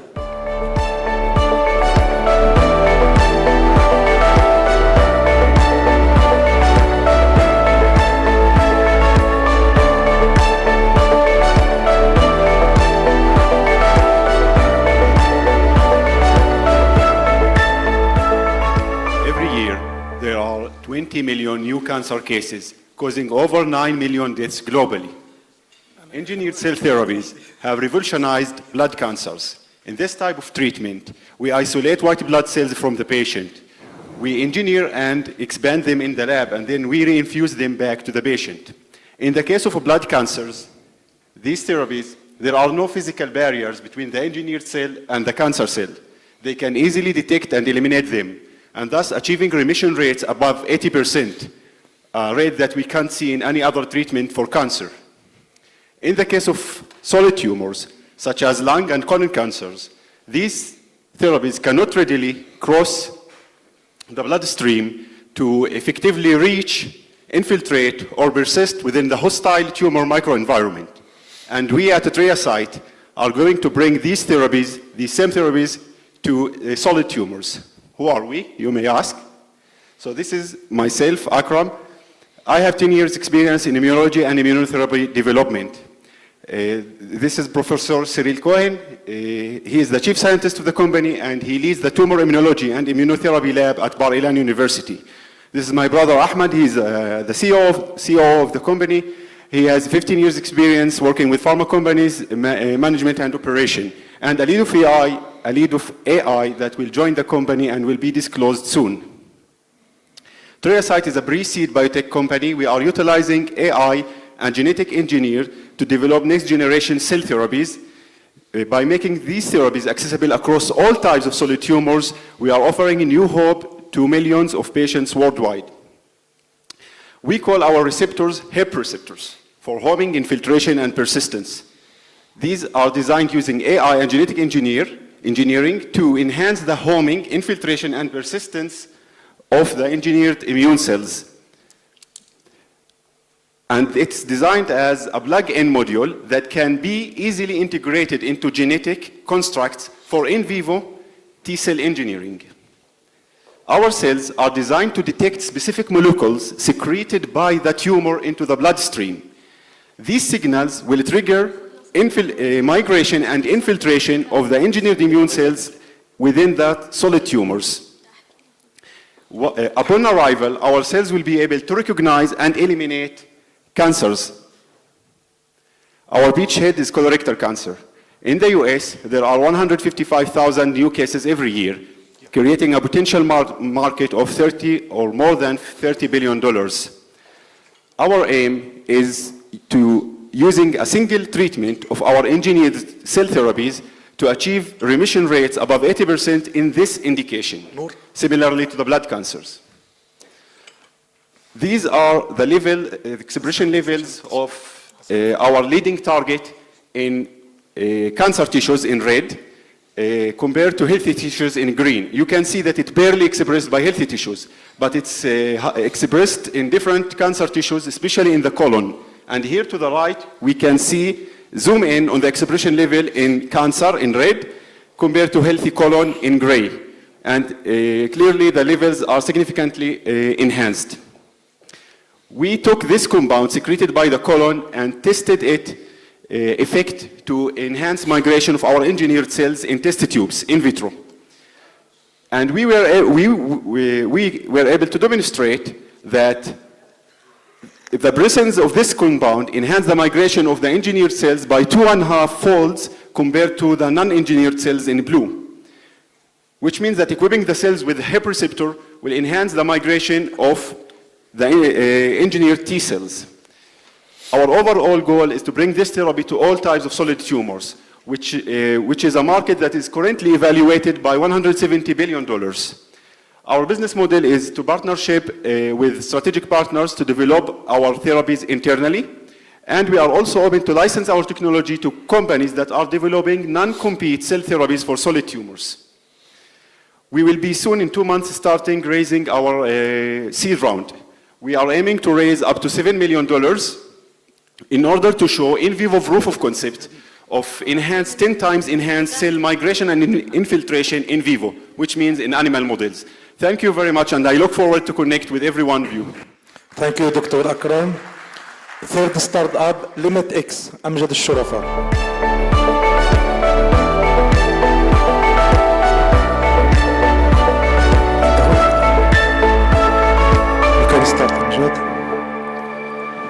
Assalamu alaikum. Hi everyone, thanks for joining us today.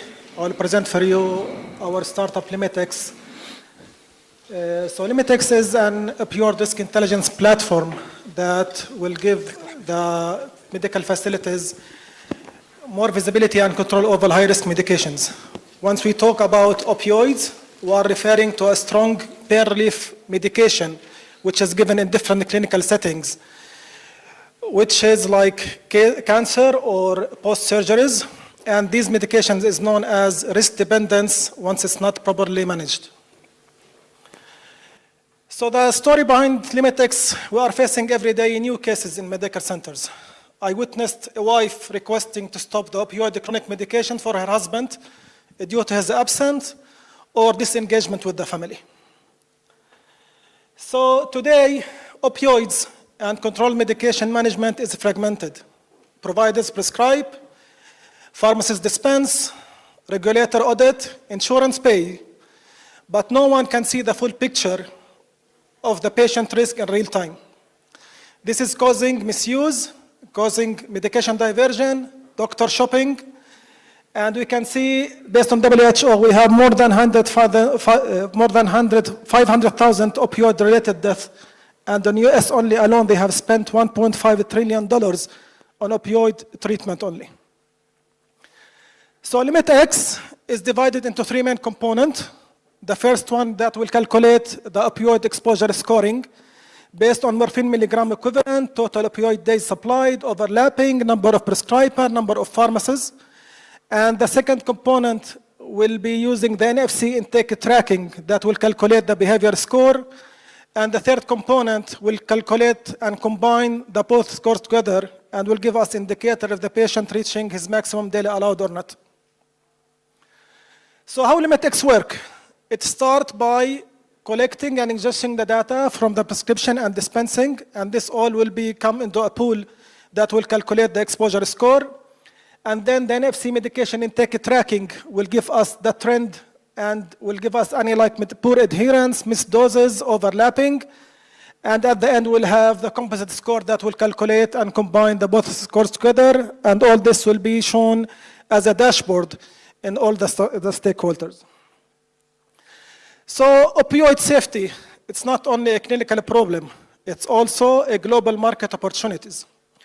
So for government, it will be a national opioid safety program, and the market size is $4.2 billion. For healthcare insurance, this will be used as reduced high cost for the claims. And in US alone, they have dispensed 125 million prescription only annually as an opioids. And for pharmacy networking, PBM, and clinical research, the market size is more than $700 billion. We have validated our idea with real stakeholders in the market. The medical director of Lomit Healthcare Services, Dr. Samar Abu Khalaf, he mentioned that this will be a strong opportunity to track patients more effectively, reduce medication abuse, and medication diversion. And also the Hadassah and Karim Penny Clinic consultant, Dr. Yunus Qawasmi, he mentioned that this will give them more broad review about the medication abuse due to the lack of communication between the medical centers and the hospitals. The revenue streams, if it is for the government, it will be as a platform licensing, per payers and programs, it will be per member or per patient. And also this can be implemented as NFC deployment or integration. We are asking for $100,000 to seek the seed round. This will be divided into 4 parts. For R&D, 40%, pilot validation, 30%, and 15% each for team expansion and regulatory compliance. This is our timeline for this year. We are targeting to complete the MPV within 3 months and continue by the end of the month to get the regulatory compliance and system readiness. Our team, myself, Amjad Shurafa, I have an experience for more than 20 years in health informatics and disease registry. Dr. Mamdouh Iskafi is an internal medicine and emergency doctor in San Joseph Hospital. And Sami Qar'in, he's our CTO as an AI consultant and system architect. So our vision that we need to have more access to the patient care, and we are moving and we are targeting to have more cooperation, and we are seeking providers, investors, and systems to implement and target the patient behavior. Thank you all.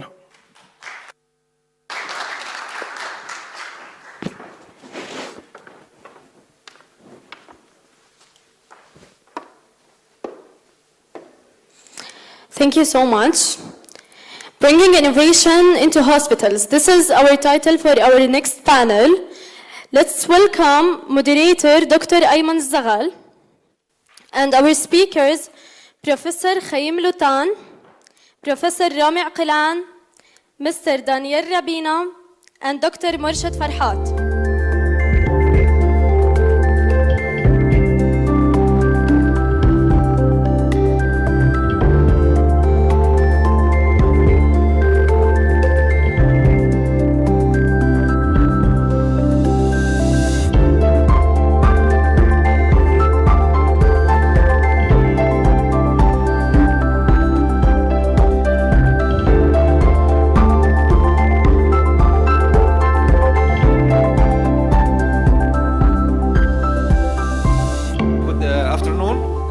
such a great privilege for me to be a part of such a great event with such great names here. I will give you a space to introduce yourself in a minute. And today we're going to discuss or navigate the title of Bringing Innovation into Hospitals. So please, can we start from Professor Chaim? Thank you, organizer, for inviting me. My name is Chaim Lotan. I'm a cardiologist by training. I was running the heart center in Hadassah Hospital for almost 20 years. Before of that, I was in charge in the cath lab. And by that, I was engaged in many startups. After I finished my job as a director, I'm now the Chief Innovation Officer at Hadassah. I'm also running 2 or 3 startups outside the hospital, which we can talk, and that's how we go from the hospital and to the hospital with startups. Such a great pleasure to have you, Professor. Hi, I'm Daniel, and I'm from a small company called AWS, which is Amazon Web Services. Maybe you heard about us. And I lead our business development for healthcare and life sciences startups in Israel. I'm a trained paramedic, but I don't practice anymore for a long time. And I have a decade plus of experience in innovation in hospitals, healthcare systems, mainly around AI, digital health, and the connection between entrepreneurs and healthcare systems. Have you? My name is Murshid Farhat. I'm a gynecologist and a lawyer, a risk manager and health care management specialist. My last position was the CEO and medical director of Asuta Hospital in Haifa. I am a lecturer on AI, legal aspects and risk management aspects of implementing AI in health. And the last years, I came to the conclusion that we need to do more to promote innovation in health. So established a new company, Quantasy, that aims to push and promote innovation in health. I work with healthcare professionals and with management teams of HMOs and with hospitals. Thank you. Professor Rami Aqilan from Hebrew University, the Faculty of Medicine. I'm expert in DNA damage and understanding molecular mechanisms of cancer, but more recently also interested in gene therapy, working on neurodevelopmental diseases. I'm an entrepreneur. I helped founding a company, gene therapy company, Mazi Therapeutics in San Francisco, and recently founded a company, Oncovation, for targeting pancreatic cancer. So working on this bridge between academia and translational research. All right, such great to have you all here. I would like to adopt like a dual engagement so we can go more dynamic, and the audience is also welcome to engage us. I highlight some questions here, but I would set the scene. Like, let's assume that we have a hospital like a micro cities, right? They have their own economy, they have their own languages, they have their own transit system of information, right? But while the outside world has moved towards smart cities, many hospitals still rely on an analog way of transforming the information, right? So we're here to discuss this. So, directed to Professor Chaim and Professor Rami, from pinch to the bedside hurdle. We often see a valley of death between a brilliant medical discovery and the lab and its actual implementation in the hospital world. From your dual perspective in clinical innovation and medical research, what is the single biggest barrier to adopt new technology today? Is it like a lack of evidence, cultural resistance, or even infrastructure? What do you think, Professor Chaim? Well, it's the lack of understanding of the people in the hospital what is innovation. And I'll give you my own experience. I had some ideas, and I thought that you have an idea, and the next day you have an exit. We don't realize in the hospital what it means innovation.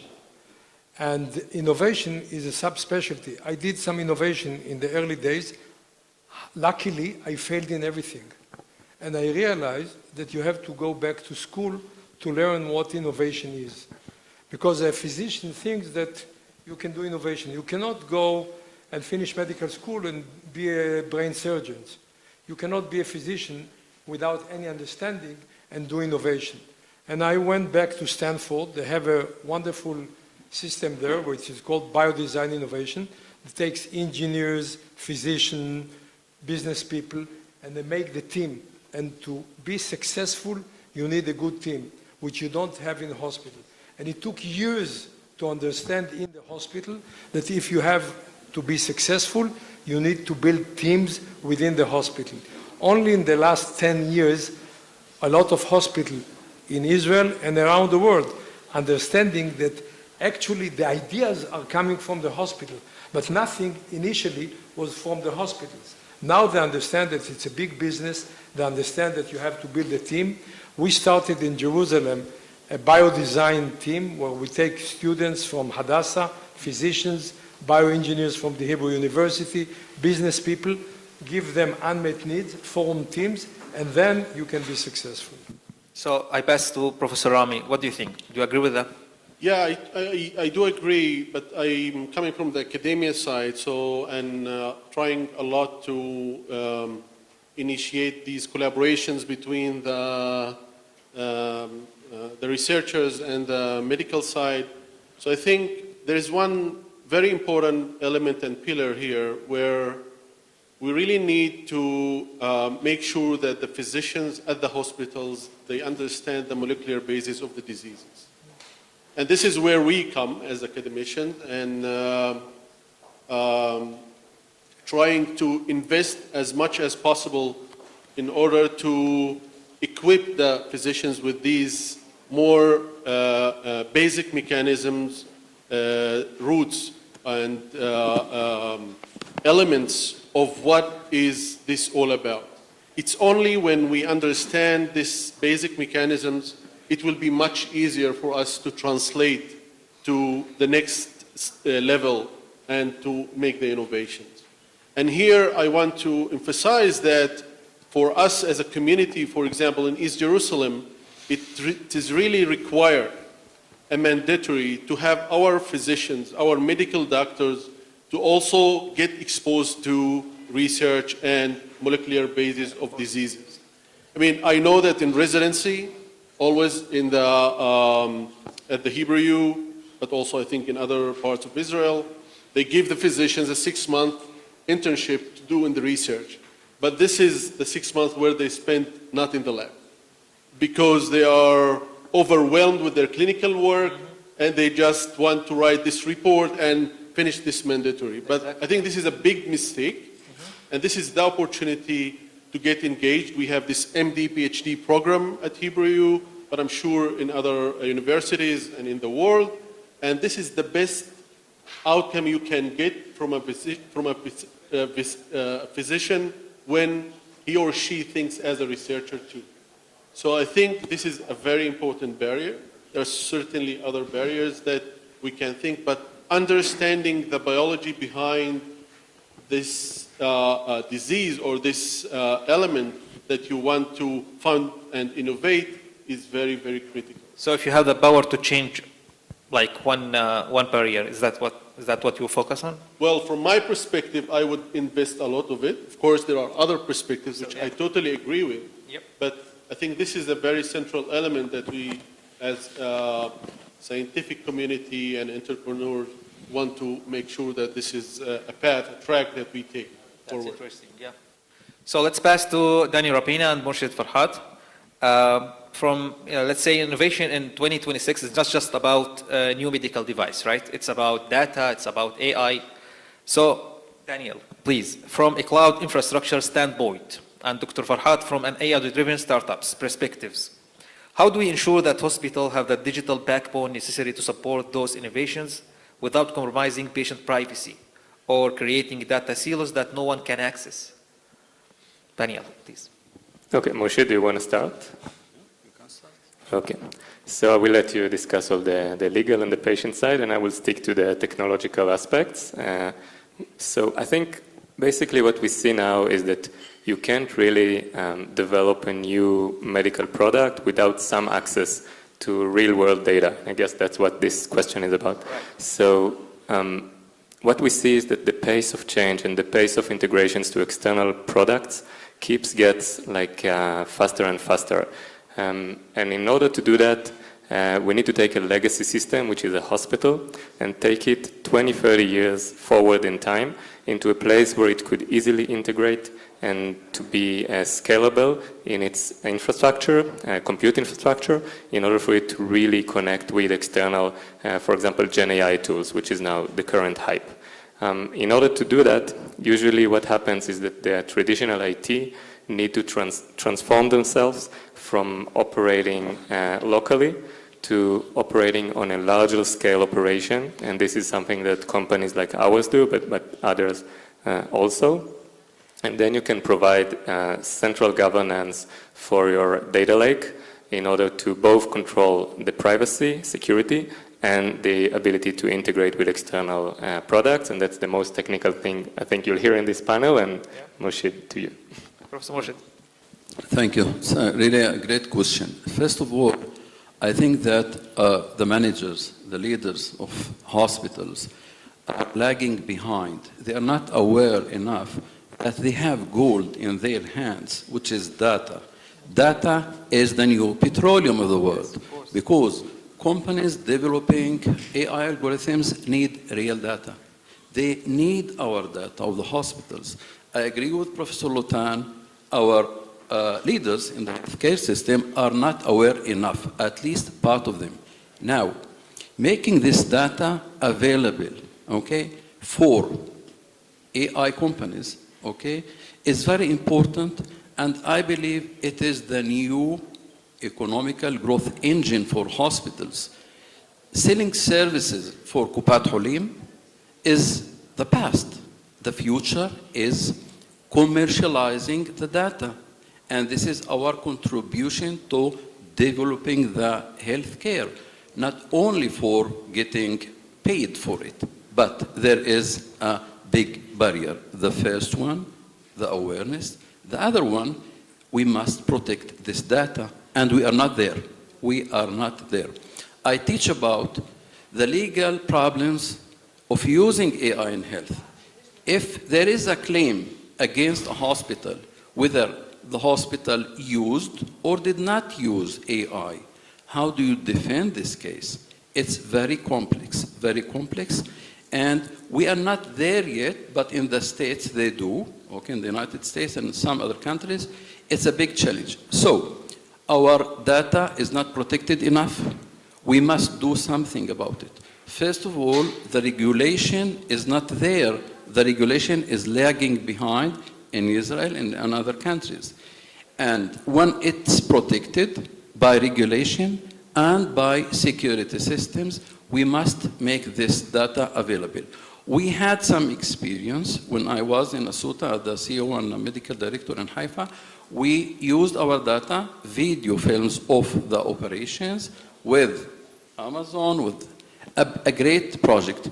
We had many challenges. First of all, doctors did not want part of them to cooperate because of, they say, what are my rights? Okay?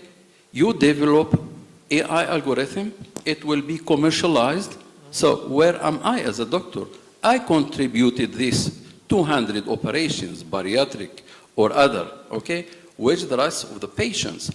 Do we have to tell these patients that, look, we are going to use the video of your belly, okay, to make AI algorithm? We have to inform him. If he says no, then what to do, okay? We have to encrypt this data to make it anonymous. What is encryption level that is needed? Okay, we raise it to the cloud. Who is responsible for protecting the privacy of data? In case there is a problem, they will sue us at the hospital. Then we will sue Amazon, okay? Who is responsible? The insurance companies have no policy regarding protecting these cases. Just in the last year, they started to have to sell, let's say, some protection for cases of breach of data cyber events, AI events, and so on. So there is a lot to be done, but I say yes, this is our treasure, the data for the hospitals, for developing the healthcare, but we must do something to protect it, to do it in the proper way.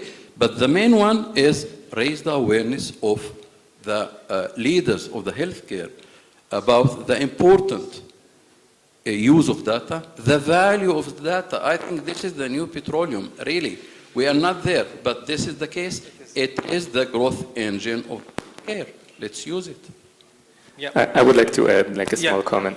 So I think privacy and security is extremely important, but it's also extremely important to not put the boundaries and the walls too high around it, because then what you will get is the opposite of what you wanted, and I think you experienced it in your hospital, that basically if you just open any physician's phone, you will see all the data in the world running through WhatsApp and through personal messages, because it was too difficult to send it through the IT of the hospital because of the security and regulations. So sometimes putting regulation bar too high can definitely create like sideways that will just find their own way, like water, they will find their way to flow. So it's extremely important to walk on this fine line without putting boundaries too high. Yeah, I agree totally with what you, Professor Farhat, said, because, I'm a surgeon in the first place, so I consider myself as a digital surgeon. I know exactly how to utilize the data, because I use many softwares that actually predict the outcomes before the operating room. So you need to validate the data like an X and Y. If you do the surgery in this way, you will get this result. So you need also to validate the future outcomes. You need to scan the patient before and after. So that's a huge data. So if you don't have the backbone data, it's just like a buzzword. There is no AI. So I agree totally with what you said. So I direct this question, the final one, to the whole panel. As we integrate more AI and automated innovation into the hospital ecosystem, there is a fear that the human element of medicine may be diluted, right?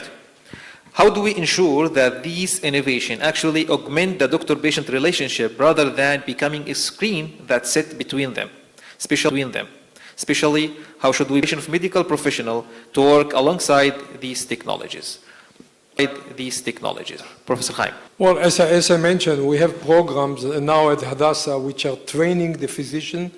We have within the hospital courses that takes from the startup students to teach them what is innovation. And in my way, the most important part is working in a team. I think that the team is the most important. I still remember my late father that used to say 100% of a zero is a zero. Yep. 10% of 100 is still 10%. As physicians, sometimes we say, I have the idea, I will self. I think that looking at startups in the future, the most successful ones where you had a very strong team working together. So after you understand the biology and the molecular basis, after you understand the data, the best tip is arrange a very good team, I think. And once you have a very good team, then you can go to places like Amazon and be successful. I think that today more and more hospitals, I see it in Israel, 5 years ago, only few hospitals have tech transfer office and everything. Now every hospital has an innovation office, tech transfer office, teaching medical students and physicians what is the innovation, have money to tell them, if you come at Hadassah and you have an idea, we can give you a seed money, we help you, and we cultivate it like a little flower, and that's the only way to, instead of bringing to the hospital, is taking from the hospital outside. Yeah, Professor Ram. So I think the key thing here is that we need to make sure that AI does not stand in between the physician and the patient, right? So we want AI to help, to be behind the physician in order to help the patient, okay? So as any technology, I mean, we want to use technologies to not waste our time on those different variables and, routine work. So we use Excel and we do all the stuff we want by just clicking the button, instead of going one by one and making the sum and average and the statistics and so on and so forth. But we want to make sure that when we do this, we turn into really the key thing, which is taking care of the patient, building the trust with the patient, showing the empathy to the patient, right? So AI will support, but it's not going to be in between me and the patient. I'm not a physician, of course, but this is the same when we also do it in the research. So we use AI, we use technology in order to make our life easier at certain aspects and move maybe faster with and efficient with other aspects, which is really getting to understanding better, providing better solutions that we can translate and bring closer to the patient. So you don't believe in technical singularity? Well, it's okay. So you can have this in mind, but I think the question is, what is really that we don't want to happen between the physician and the patient, that the patient, you don't want a robot to talk to you at the end of the day. I want to go to the doctor where I can also see that most of the attention is given to my case, to my question, to my disease. And it's okay that he is using AI, and it's okay that he is getting help, but the main focus is I'm still there, I'm here. This is when we talk about it in the translating the science, is how to make the patient the center of the whole equation here. Yeah, before my comment, I will be happy to ask the audience, where do you think the most dangerous place now causing harm to the patient? Which part, where it is, do you know? One answer?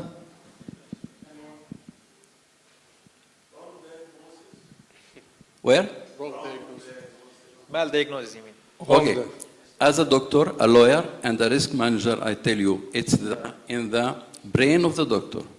Not because doctors are bad people. I am a doctor. Because what we are expecting from the doctors today is impossible. We ask them to gather the data, history taking, physical exam, and other tests, blood tests. We ask them to integrate the data from other sources. We ask them to process the data, to make the differential diagnosis, to look at the data, and to be kind to the patient, and not to make mistakes. No, it's not human to ask the human doctor to do all this, okay? And we also expect him to take care not to be sued by the lawyers, okay?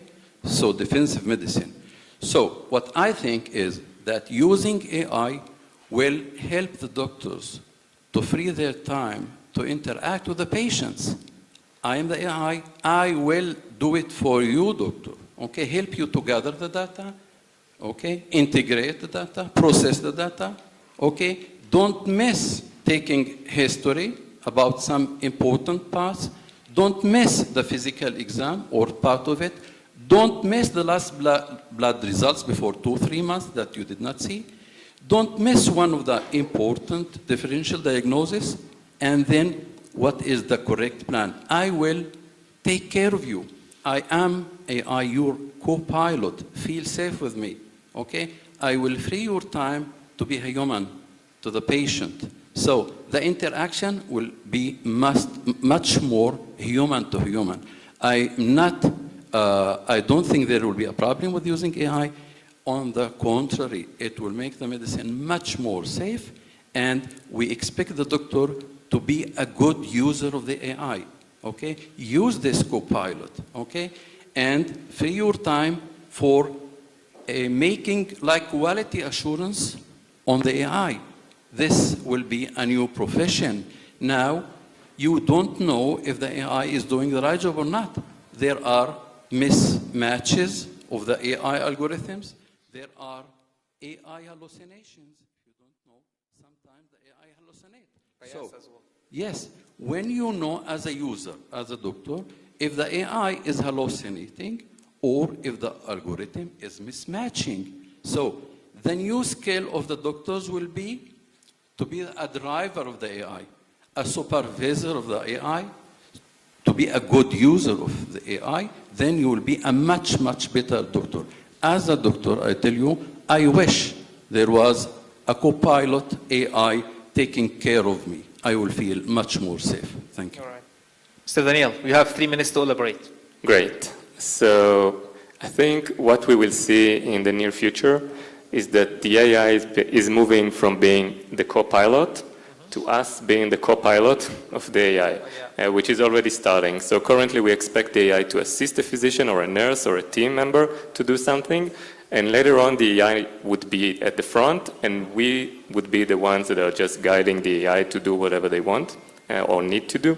And I think we already start to see that. There was a very interesting publication from a company called Hippocratic AI about a year ago, where basically they were comparing the intake process of a conversational Gen AI that they have with a physician or a nurse that was doing kind of like texting with patients on their intake process. And what this publication found was that the outcome, the medical outcome, was exactly the same. It was equivalent between the AI and between the medical team. But what was surprising for me, it was that it was superior in something unexpected. And this is the engagement, the human touch, and actually the how do you move a patient into action, into adhering with your medical recommendations at the end of the intake. And in that, the AI was superior then to physicians. And those are physicians in like clean trial surroundings. It's not even physicians in the real world where everything is messy and everything is hectic and they don't really have the time to be compassionate with the patient. So even then, we saw the AI being superior in something which is crazy. It's in being humane and empathic. So I think that's where we're heading. It will be way more humane and empathic, but not necessarily because a human would be on the other side. And we would be the ones that are making like the top decisions and directing the AI, and it will happen sooner than we think right now. All right, so we close it sharply. Wow. I enjoyed that to the max. Thank you so much for joining us here. And that's it. Close it. Thank you.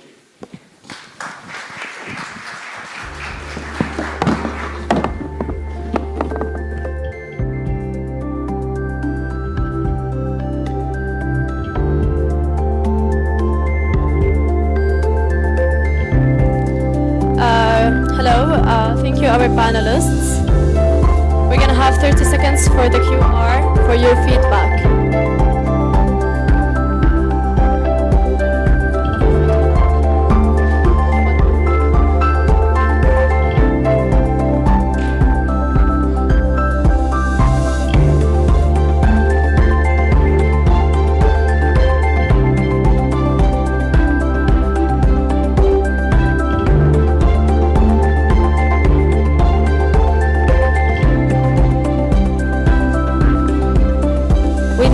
To our final panel titled Economics of Innovation for East Jerusalem. Let's welcome our moderator Mahmoud Khwais, Mr. Yaron Lutan, Mr. Itzek Fred, Hani Alami. On Zoom we're gonna have Prof. Salim Haji Yahya. Thank you.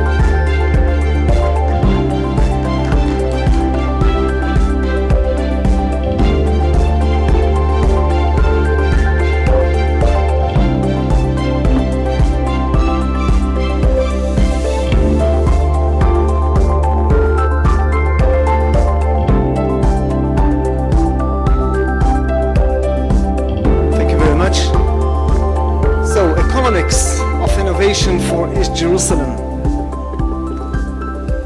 We know the situation in East Jerusalem and we know how the economy is evolving, and we want to add the innovation part in order to evolve the industry and the economics of East Jerusalem.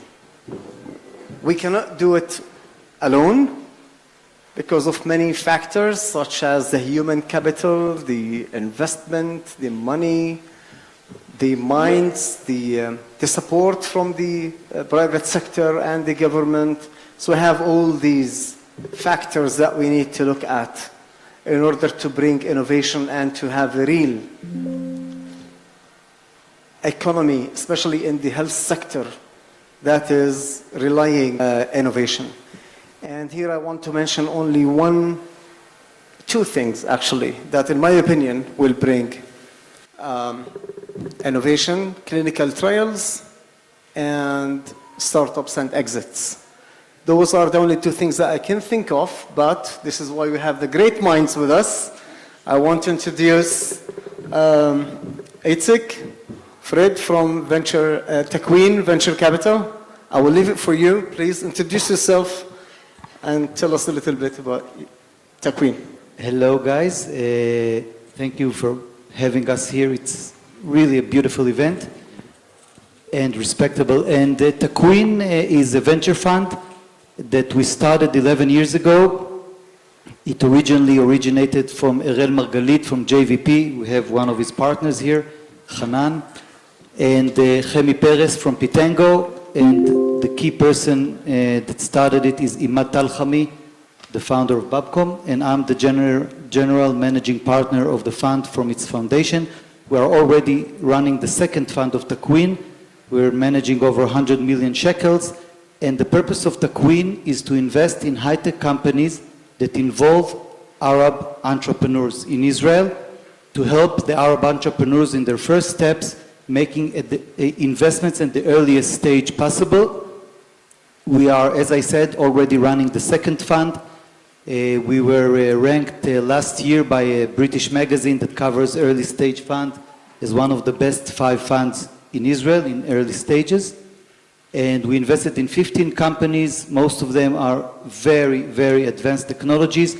We are based in Haifa, and naturally, many of our companies are from the Technion, but we also have companies from the Tel Aviv University, one from Jerusalem, a founder from East Jerusalem, which was actually our first investment in a company called Imagery that is now raising money at close to $500 million valuation.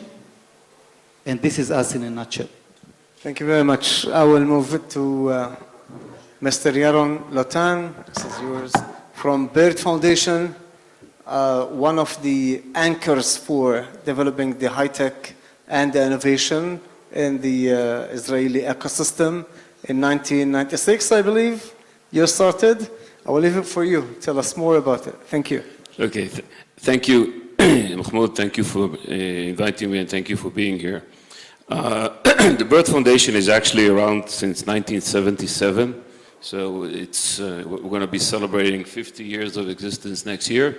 And it's a binational foundation. It's owned by the governments of Israel and the United States together, where the idea behind it is that cooperation between Israeli and US-based companies can bring benefit to both companies and both ecosystems.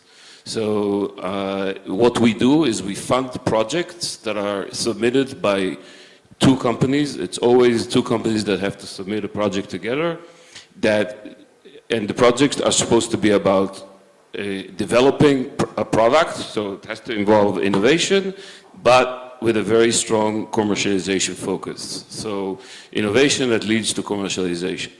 And for those kind of projects, we supply grants of up to $1.5 million per project against a 1-to-1 match. Which is also a reason why we are kind of the next stage after the stage in which Takwin is interested, because our companies need to be able to finance their half of the grant. But in almost 50 years, we've funded over 1,200 such projects. We've invested close to $600 million. And we've seen commercial success coming out of these companies, both in terms of sales generated and in terms of partnerships that kept going, got stronger, many times led to acquisitions of one company buying each other. It's been a very successful and important factor for both economies. Amazing. Thank you very much. This is the type of cooperation that we're going to discuss also here. I will move to Hani Alami, the guru of entrepreneurship and high tech for East Jerusalem, actually my first mentor, who actually helped me to come with many ideas in order to support Jerusalem. He's a Jerusalemite, so he's doing many million things in order to support East Jerusalem. Hani, as an entrepreneur, and you're also the founder of Jet Fiber, so bringing the fast internet, and I know what does it mean, fast internet, especially when we were doing that in Ramallah and in Gaza, and how this is affecting the ecosystem and entrepreneurship sector. Hani, who are you? What are you doing for Jerusalem? Thank you very much. Tell the people. He's doing much more. I know he's doing much more actually. Thank you, Mahmoud. Yes, I'm on the philanthropic side trying much to help the entrepreneur community, especially in East Jerusalem, to stay in the city, fighting the brain drain that we are facing here in the city. And all the time I was working around how to bring more partners. Because tango, you can't do it alone. And ecosystem, you can't create it alone. And I'm very happy to start seeing such a day in a program like this one, in this size, supporting the ecosystem in creating a new movement in Jerusalem. Such a thing we are not used to. And without those activities, we can do things. I remember the days of the chief scientist that, unfortunately, all that period, he didn't spend any shekel in East Jerusalem. Even one shekel, one project, he did not. So happy to see in the new era with the Innovation Authority that, yes, now they are interested, looking for programs, looking for partners, because this is an essential tool to make the change on the ground. Thank you very much, Hani. I will move to our proud to host also Professor Salim Haj Yahya with us from Hebron. Like, Professor, I know that no matter how much we talk about you, you're even doing more in the medical and education system. Can you hear us? You're on mute, doctor. Okay, so we'll move on until you fix it. That's fine. Is it? Jafar? Shall we move on? Okay, thank you. Sorry for that. You know, technology. This is what technology is. Yeah. This is why I use paper, not the iPad. I learned one rule in life. The more you have technology people in the room, the higher the chances somebody will need to stand on the table and fix the projector. It works, this rule works every time. Well, this is a good note because I witnessed it several times. It's an indication to have good technology people here if it doesn't work. Yeah. So since you have the mic already, let's talk about venture capital and let's talk about East Jerusalem and the gap of knowledge that investors have about undeserved or underserved population like East Jerusalem. Investors don't know the talents that we have. Investors don't know what capacity we can bring into the global economy. How do you think that we can bring the attention of local and international investors in order to invest in startups, entrepreneurs, and even other infrastructure projects in East Jerusalem? Okay, so it's a hard question. The short answer would be to continue doing what you guys are doing. And I'm serious, somebody once said that the talent is equally distributed, but the opportunities are not. I think that the fact, again, that we have in the third line a senior executive from the Innovation Authority, and Hanan was with me on the stage last time, I think, and he corrected me when I said that Jerusalem does not present opportunities like Tel Aviv does, and it tries to actively correct this. There are some things that are a result of discrimination and underprivilege, and there's no doubt, and there's no need to go around it. The Arabs in Israel are underprivileged, and they're discriminated for many years, and East Jerusalem especially, and we won't get into politics, but despite this horrible government that we currently suffer from, again, without going into politics, the government in the past 20 years in Israel is going towards the right directions in overcompensating in budgets of the Innovation Authority, in grants, in changes of 823, I think is the program, special programs for Arab entrepreneurs. Special, Anya is not here, Anya was the parent of this. And another point is that when Anya was on the stage, she started her introduction by saying something beautiful. She said, it's an exceptional event. It's true, it's an exceptional event for all the right reasons, but it's an exceptional event for all the wrong reasons. These kind of events should not be exceptional. Now, there are no shortcuts in processes, especially processes like this. But I do want to talk about optimism. If I would do statistics of the people that are attending this event, and I will ask each and every one of you to check what is your level of education and what is your parents' level of education, and what you guys are looking at in terms of opportunities now, and what your parents looked in terms. This will show you the progress that you guys made, and also the progress that is going through changes in the Israeli society. I know that these days are very dark and they not feel like we're on the right direction, but if we take a step outside, we are on the right direction. Now I can tell you about the Takwin companies. We only invest in companies that were founded by Arabs. So I can really testify that Arab entrepreneurs, their beginning is much harder. To be an entrepreneur is a torture. To be an Arab entrepreneur is 10 times the torture. But I will say that when we make the investment, our policy is that we give the first opportunity and the first financing and help build the company, promote it, create the networking that is terribly missing among the Arab entrepreneurs. And this is exactly what Mahmoud is so brilliantly doing. But when we invest in the company, we give it money in our plans for 18 months. After 18 months in our work plans as Takwin, the entrepreneurs should be able to raise money from new third party, much stronger, much more professional than us, and much richer. And in our companies, we have investors like Samsung, like Merck, like Continental, like Japanese VC funds.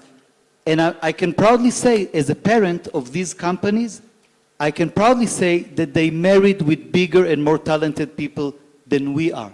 This is the right direction, and the same will happen here, I guarantee you guys. Just give it some time. There are no shortcuts in these processes. Continue doing what you're doing. The exposure, the funding will come. Believe in yourself, don't give up. I think you're creating something beautiful, and you're also creating something very, very, very unique here. It will come. Thank you very much. Appreciate it. So this, if I understand you well, you're also offering that we take that step through Takwin. So our next step would be Takwin. Then Takwin will introduce us to the other international fund from Japan, the US, Samsung, and the others, Merck. I will do it with pride. I will do it with love. And I will tell you one more thing. We know that we are on a mission to build, to help build. We're not building it. We will not take the credit. To help build an Arab ecosystem. And I say, not to build an Arab ecosystem. We do not want a separate ecosystem for the Arabs. Somebody once corrected me when I said in Hebrew, Migzar Aravi, the Arab sector. He said, no, Migzar, it means it's an exceptional. No, use the Arab society as part of the Israeli society. Now, I know that many people are not giving you the right reasons to feel like you're part of the Israeli society, but all of our companies that today employ around 400 or 500 people, all of them are a mixture of Arabs and Jews. And when in our mission as investors, we see hundreds of companies. We saw over 1,500 companies in our existence. We invested only in 15, which is a very low percentage, but this is the right percentage for a VC fund, 1%.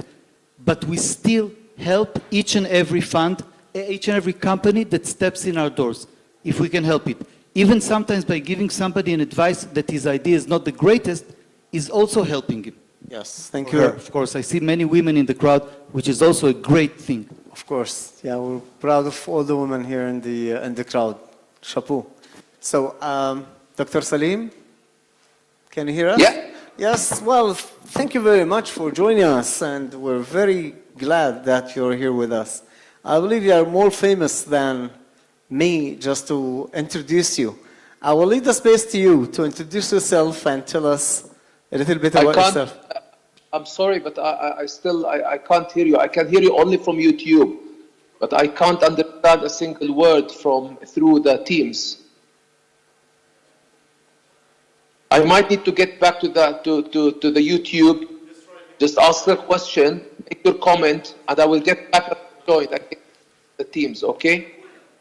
Introduction, Doctor. Introduce yourself.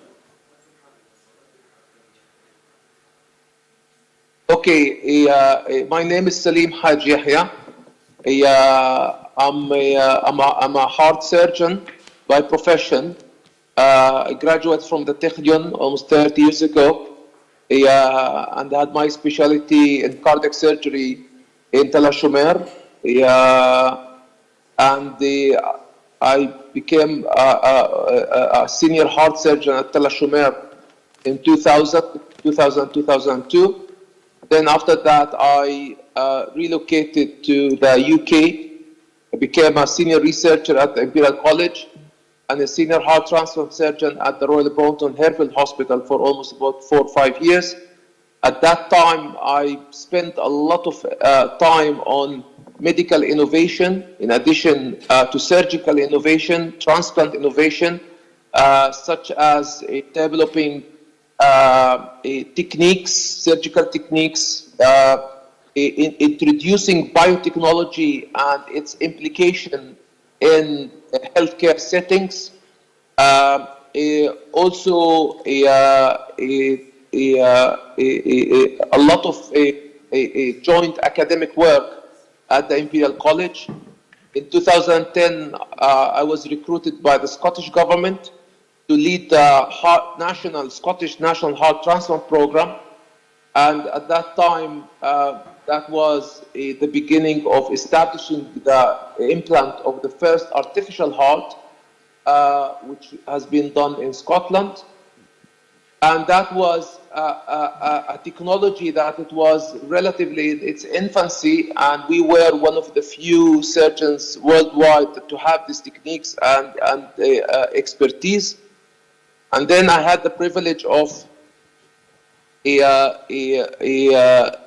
copying this experience in Scotland to almost another 10 countries worldwide and implant the first artificial heart in these countries, including training staff and introducing a new technology, medical technology, to different countries.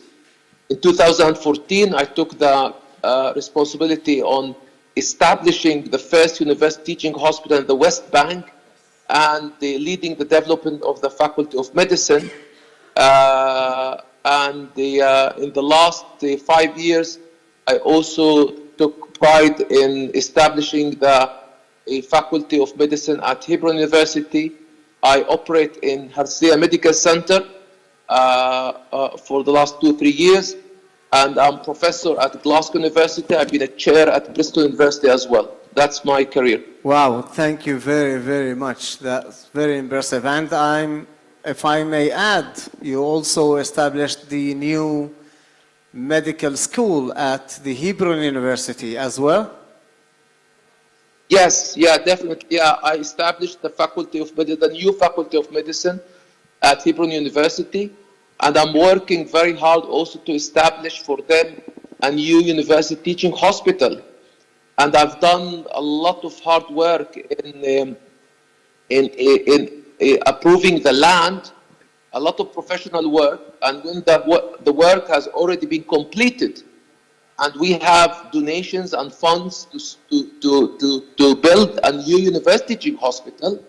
However, for the last 2 years, our a great friend, Mr. Smotrich, has blocked us on a political veto to not using the land, despite that we have all the approvals, including from the army, to start building a university teaching hospital. Thank you. I also are responsible, or I have initiatives in developing hospitals in Israel, and I have a license now from the Ministry of Health to start a new hospital in the Sharon, in Taipei, in the Triangle, and also I'm part of a charity called Yanabi, who works very hard to serve the Bedouin community in the south and to improve their accessibility to health care services. And lucky enough, 3 days ago, we received a successful application for called Korei لخضرين تو أخشام for operating theaters, and we will start also a new small hospital, day surgery hospital in the south to serve that community. So a lot of philanthropic work that I do in the last few years. I would say almost more than 50% of my activity is philanthropic, and part of my deanery as a dean in Glasgow as a professor, or at Najah as a dean, or at Hebron as a dean, I always focused and promoted and encouraged students to engage biotechnology and innovation and startups in medical education. Thank you. Actually, I feel that's the future of our nation.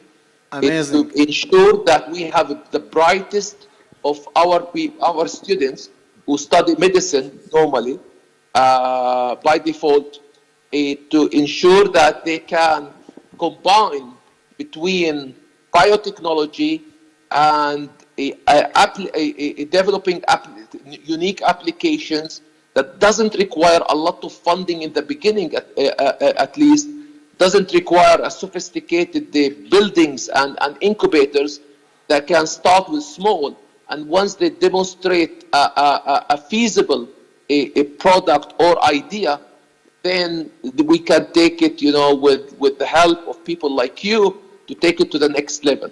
But that's something that I have been promoting for the last almost a decade or so. Thank you very much, Professor Haj Yahya. You actually answered my question. I will move on to Yaron. Yaron, you were talking about the matching fund that you're giving to companies. And I see this as a de-risking part for the companies, instead of the companies invest full amount of money in their project. So you're helping them with that grant that is up to $1.5 million. I see this as a help for preventing the market failure for the companies. What's your model at Bird Foundation? And I need you to link it to the East Jerusalem market, and how the East Jerusalem market can benefit or copy or cooperate with you onto that model. I think at the end of the day, everything we do is about encouraging and stimulating partnerships at any stage of a company's life, but definitely at the early stage of the company life. You talk about market failures.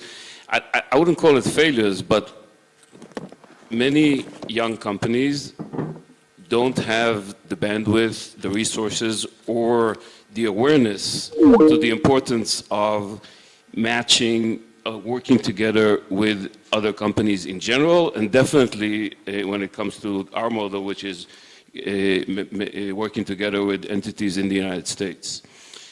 Specifically, being here today and seeing the amount of discussion and companies in the medical field, as I think you mentioned also in the beginning of your discussion, clinical trials and trying your product, whether it's official clinical trials or other versions of trying your products, are a very critical step of getting a product to market.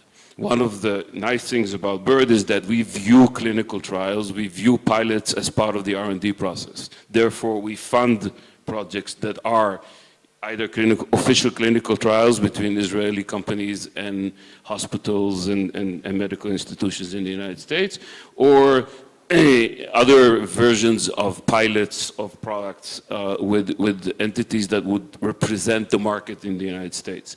Those are a very, very important tool for companies that are trying to break into the biggest market from their perspective in the United States, and that need to deal with the regulatory challenges that they face.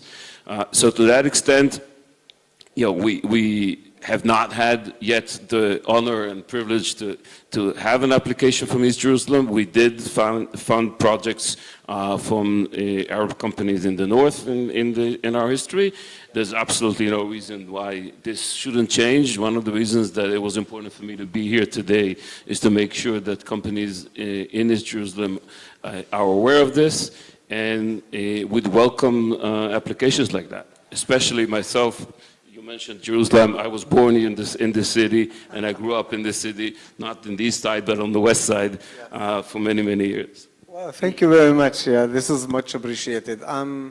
Now that you're here and that you also exposed yourself to the talents in East Jerusalem, the talents from Jerusalem know you and hearing you now, I'm sure that they will be following also the BIRD Foundation applications, and we are here to help as Genovate. If you need any help in filling the application or any advices, we are always here to support you.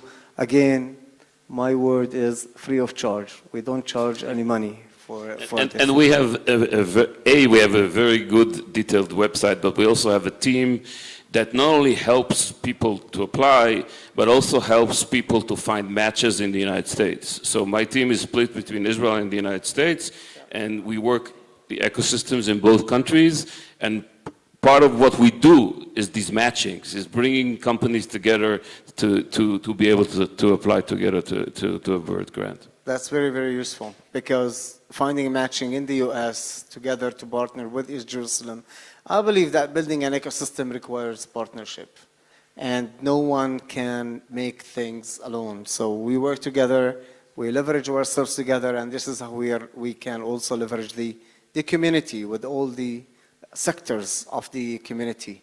Hani, talking about the community building, I want to link it to the policies. Because look, without the government, without regulations, I believe it's challenging. It is challenging to work. So what do you think that would be one policy or two that you would advise in order to advocate for building that community or that ecosystem that could bring more economic growth to East Jerusalem? Based on my experience scanning the market and between what been said here with my colleagues and what Itik said regarding those startups, I think what's Genovate today and many others should do the same is filling this gap. There is a piece of that chain that is missing. Who's preparing those ideas and those, who's preparing those entrepreneurs to be ready to stand in front of Itzik and his team and to be accepted? Because most of the ideas are falling in this part. No one to support them. Usually he is working in a position in any company. So he's securing his minimum income to live in the city, where the cost of living is very high. So he can take the forest and I will be unemployed, I will start dreaming on my idea, no one will jump to that sea. So someone here, he have to be ready, because if I will present it in this case, you said, you are not ready yet, and you are not a company named as a company. So someone have to fill that. If an incubator can take them, prepare them, and bring them to pitch their ideas as a company, we will see more companies in that pipeline. So, yes, please. No, I don't want to. So in the time that there are no policies or no system to support them, we want to see from programs like Genovate and others to start filling this gap, then the pipe will be bigger for you to choose of. That's a brilliant point, and I want to add to it, if I may. When we made our first investment in our East Jerusalem guy, we did not yet build our offices. And since he was in Jerusalem, JVP, Jerusalem Venture Partner, were kind enough to host him in their offices. And I guess most of you know those offices. I think it's one of the most beautiful campuses in Israel. And when the entrepreneur, Adam Ghazali, he one day was driving in his car with his mother past the offices of JVP. And he told his mother, Mom, you know, these guys are about to invest in me $500,000, and I'm going to get offices here, and I'm going to start my own company. And his mother said, yeah, sure. It was so hard for her to believe. You cannot imagine a Jewish mother reacting like this with disbelief. And these are exactly the things that are missing. The confidence, not just the confidence, the knowledge, the understanding of young Arab entrepreneurs that first of all they can do it, and second that there are people there that are waiting to get their ideas. Going back to Hani's point, I think it's very important to stress this. Many Arab entrepreneurs come for a 100 meters run of a startup, they're standing 10 meters behind the starting line when everybody's standing on the line. Our role as investors and a great organization like Genovate is to get them to the same point as others, because once you start your company, nobody cares where you came from. Nobody cares if you were discriminated or you had a hard life before. You need to compete, and this is what we do, giving them the tools, proactively improving their companies. And I want to add one more thing. Hani, for example, is a manifestation of people that did it without any support of the ecosystem. People like Hani are kind of an accident, are an exception because they're extremely brilliant and extremely strong in character. They did it, people like Hani did it, despite the environment, the business environment, and the ecosystem around them. Our role, all of us here, is to make people succeed because of the system. We had the Innovation Authority, very, very aggressive in helping entrepreneurs in Israel in general, and Arab entrepreneurs. We have organizations like Genovate. We had cycles of 3D program with the Reichman Institution that we taught entrepreneurship. Today, we stopped it because the Innovation Authority, again, is financing programs to teach entrepreneurship for Arab young people. So today, we are in a situation that this system is starting to kind of grow people because of the system and not despite of it. And this is a very, very good future for all of you here. Yes. One sentence. Even though we will only fund companies that already have funds of themselves, we work with these startups for years before they actually are ripe to get a grant. So many startups come to us, we talk to us, and we stay in touch with them as they grow and become relevant to a bird grant, and we're happy to do that, and that is part of what Hani was talking about. Yeah, thank you very much. So this is also another milestone for the startups in order to be validated by saying, having, like, learning from your experiences and all the opportunities that they will have by meeting you. We're done. Thank you very much. But I want to thank the Innovation Authority for this, Hanan, Michael, the whole team. Yeah, thank you very much. And thanks for this incitement. I want to thank also Professor Salim Hajihya, though he's not with us, but thank you very much for your time and for your support. Thanks.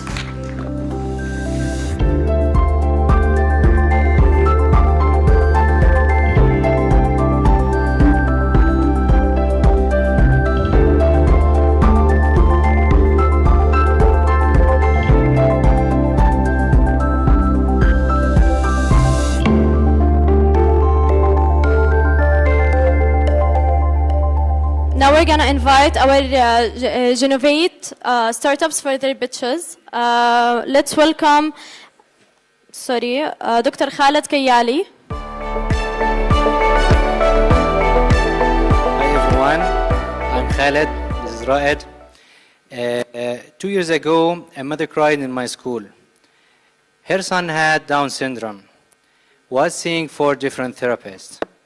She had folders full of reports, pages and pages of assessments, recommendations, progress notes. She looked at me and said, I don't understand any of them. And worse, I don't think they understand each other. That moment changed everything for me. I called Muhammad and Raed. We brainstormed a solution.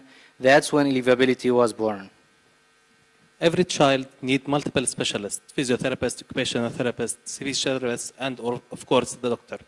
If every one of the specialists writes a report for the child multiple times per year, papers are given to the families and more information for the families. So the families got confused from this amount of information, and they take more and more appointments only to understand the situation of their children. In daily practice, doctors and professionals don't have the time to read all the reports. Instead, they look in the reports for keywords written inside the reports to understand the situation of their children. So many information got lost in the process and repeated therapy plans and goals. Doctors and therapists also work in different systems. So the only way for them to communicate is through written reports. And that will lead to difficult to see the picture of the children. As a result, therapy plans are repeated, confused families, doctors are working without the full picture, so the system is broken.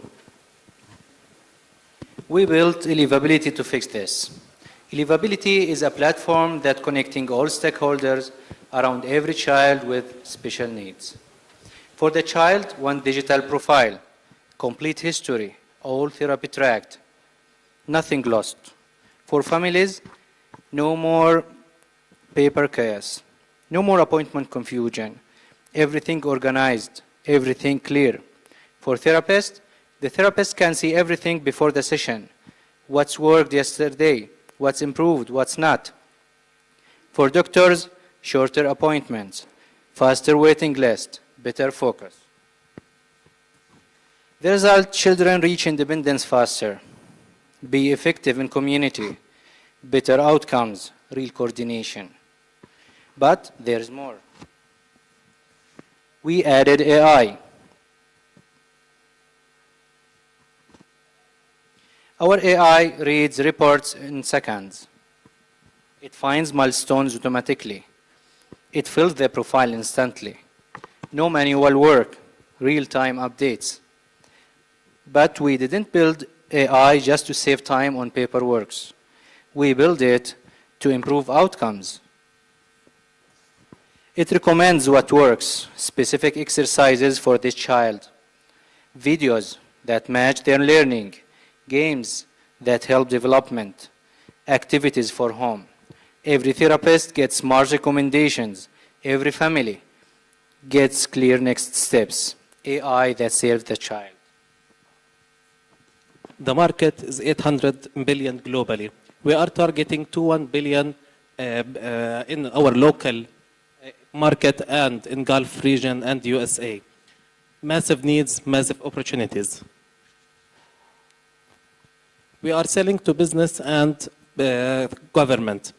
One city contract equals $200,000 to $500,000. 1,000 family is served. Competitors are serving pieces, clinics, therapists, schools. We connect everyone, AI-powered, multilingual, special need focused. We're moving fast.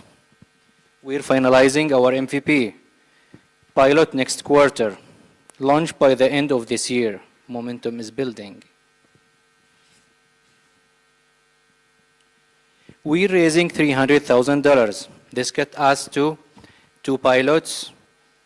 First contract signed, more than 1,000 users.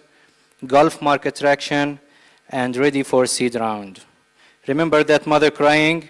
Your investment gives her clarity, gives her son coordinated care, gives 2 million people hope.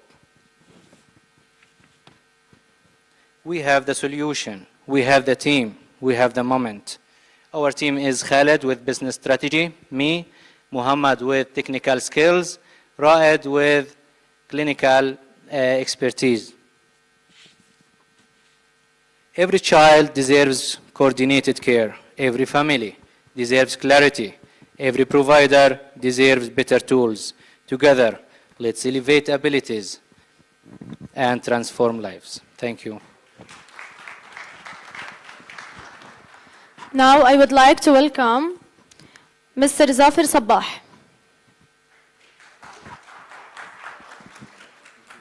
Thank you. Hello, everyone.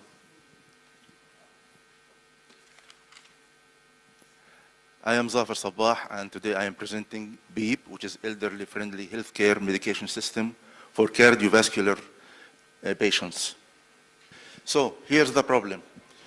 Patients with CVD mostly take medications every day, and missed medications is not something simple. It could derives to emergency visits and hospitalization. Also, moreover that, healthcare providers always suffer of visibility to the case of the patients after discharge. Also, caregivers mostly have the same conscious and stress because they are not following up their elderly people, and that's why wearables now optimize data, not adherence. Our solution is offline reminder via sound and vibration, also passive adherence interference, which means no effort needed from the patient himself. Also, alerts also receives caregivers only when there's something wrong happened. Our product is merged with other systems, no Wi-Fi needed, also measures user vitals signs on the spot, and real-time tracking and reporting. The market opportunity is big and is going much bigger because elderly people are growing day after day.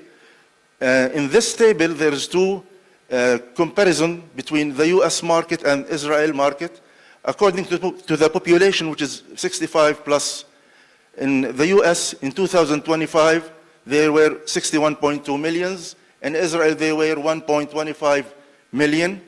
And in 2030, there will be 71 million patients in USA, and Israel, there will be 1.37 patients. Also, CVD patients in the USA in 2025, they were 18 million, and in Israel, they are 0.33 million. In 2030, there will be 23 million patients in the US, and in 2030, there will be 0.38 in Israel. And what is important also that the non-adherence cost is 300 billion in 2025 in the USA. In Israel, it's 2 billion. And in 2030, there will be 380 billions in USA and 2.8 billions in Israel. The revenue stream comes from three things. The first one, which is hardware sale. The second one is subscription, and the third one is business-to-business streaming. Also, the SaaS plan for the whole project is divided into three parts. The first one, or three plans, sorry. The first one, which is family-based. The second one, caregivers plus. And the third one is clinical and insurers. The go-to-market strategy are divided into four things: primary entry, clinical touchpoints, trust channels, and expansion path. And if we look about competitive, Beep offers three things that is not with other applications. First one, which is offline medication reminders. Second, which is PI. And the third one, which is cardiovascular adherence focus. These are the main things which is Beep focus on. And the market size, the TAM will be 58 billions, and the SAM will be 2.1 billions, and the sum will be 420 millions, and the target is, let's say, focus is 20%, sorry. And the financial projection, we have at the first phase the MVP with 20 users. The second phase will be for pilot program, will have 150 users, and the third phase will be early commercial with 1,000 users, and the launch will be the fourth phase with 5,000 users, and the scaled operation will be phase 5 with 20,000 users, and the funding request for the whole MVP is divided as follow: 47% for hosting and legal, 10% for the hardware, and 43% for the R&D, which is in the sum as $65,000 for the MVP. Thank you for listening.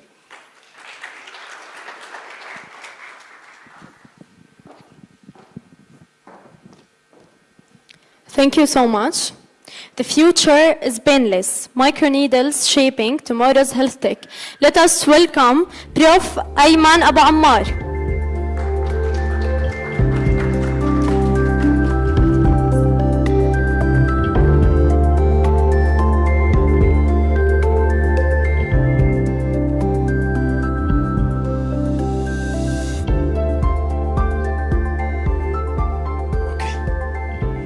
So, hi everyone.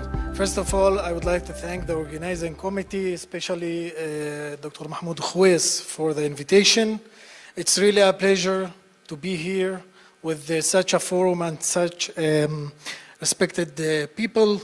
And for me, it's a little bit, it's not my natural, let's say, environment. But anyway, I will try to simplify the things that we are doing in our lab. So today I will talk about, okay, so before I will talk about, so who am I? I finished my pharmacy studies at the Hebrew University in Jerusalem, where I did all of my degrees there.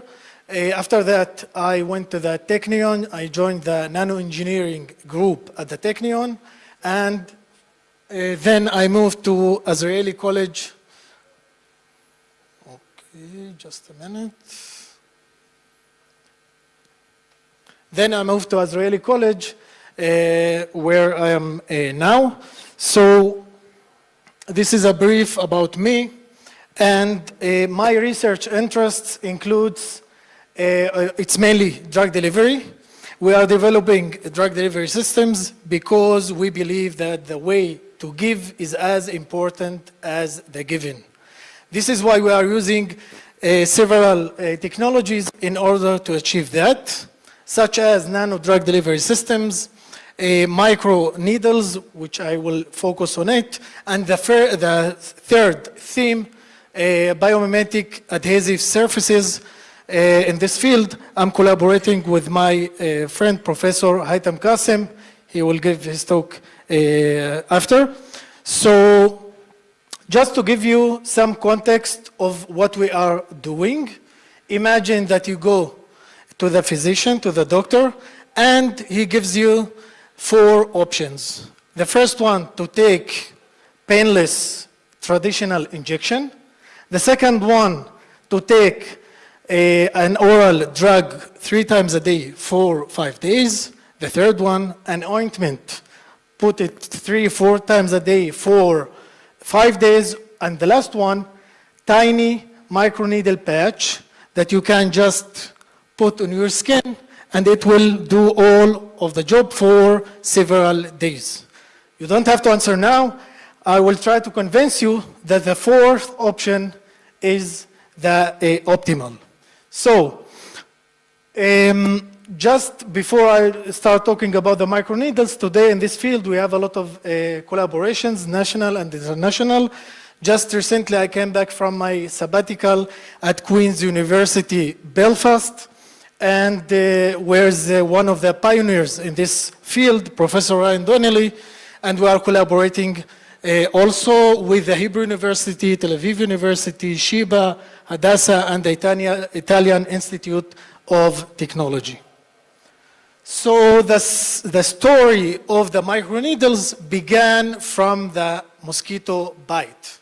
This painless bite inspired researchers to develop those tiny patches with microneedles for diverse biomedical applications, starting from tissue adhesion, biopsy sampling and biosensing, and last but not least, drug delivery.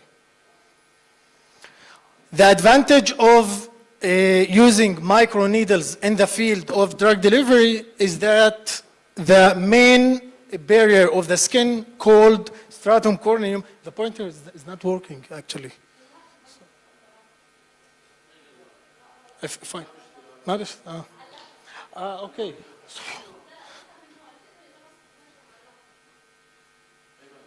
So, okay. No problem. Okay. No worries. It's okay. So, we will focus on drug delivery, and I started to talk about the stratum corneum, which is the main barrier of the skin, and it allows only limited drugs to pass or penetrate through the skin with specific characteristics. So the idea of microneedles that they are, by physically penetrate the skin, they are creating temporary channels which can deliver the drug for the viable epidermis, here for topical administration of the drug, or for the deeper tissues that, such as the upper dermis layer for systemic drug delivery. Other advantages include the minimal invasiveness, no bleeding. Everyone, I think that he can put a patch or stick a patch on its social self-application, and improved drug bioavailability. Today, there are 5 main categories of microneedles, starting from the solid microneedles that most of you know, like the roller used for cosmetics, the hollow, the coated. We are concentrating mainly on the dissolving and the hydrogel forming microneedles, which are actually biodegradable. We use to fabricate them biodegradable polymers that allow us to sustain the drug release, again for topical or for transdermal drug delivery. Today, the use of microneedles is not limited only for drug delivery, but also for cosmetics and also for diagnostics. And we have also collaboration with Hadassah Hospital in this regard, that maybe in the Genovate next conference, we will present the results, the clinical results. So today I will focus mainly on the drug delivery applications that we have developed. I will showcase some examples from our works in the recent years. I choose to separate the themes into 3 main themes upon the application. So I will start with some examples of our work in the topical application of the drugs. Just before that, I will have to mention that the parafilm model is a skin simulant model validated by the group of Professor Donnelly in Queen's University. It's composed of 8 layers of parafilm stacked together, and it can simulate the mechanical properties of the skin. So in this work, we incorporated steroids into PLGA nanoparticles, in which those nanoparticles were concentrated into the needle shafts of the microneedles. Okay. As you can see here, we can see the difference between the blank and the drug-loaded nanoparticles. And here we have the sodium alginate alone without the nanoparticles. And on C, we can see also the drug-loaded nanoparticles, obviously. Moreover, the integration of the nanoparticles resulted in enhanced mechanical properties of those microneedles. And the dissolution time was about 2 minutes. This means that you have to put this microneedle patch only for 2 minutes, and then you can rinse it or simply remove the base plate, and it can sustain the drug release for about 5 or 6 days. The second example that I will show, it's relevant mainly for the gentleman here. So it's for using minoxidil for alopecia. It's a hydrophilic drug in which we incorporated into the PCL hydrophobic matrix. As also one with a chemical background. So we can here combine this using different surfactants that we use here. And we show that the incorporation of PEG or PEG in different concentrations that did not compromise the mechanical strength of the microneedles. Moreover, we should use only minimal insertion force in order to penetrate the skin. And finally, as you can see here, we can sustain the release for 3 weeks. The third example, we are talking still about topical administration of the drugs. In this research, we are collaborating with Professor Wei Amir from Tel Aviv University. And we develop hydrogel forming microneedles. Today, the hydrogel forming microneedles are not biodegradable.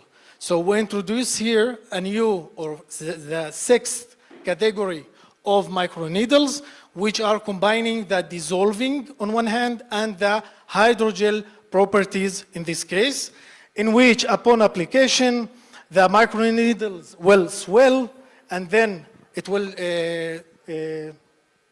move to microgels and will undergo enzymatic degradation.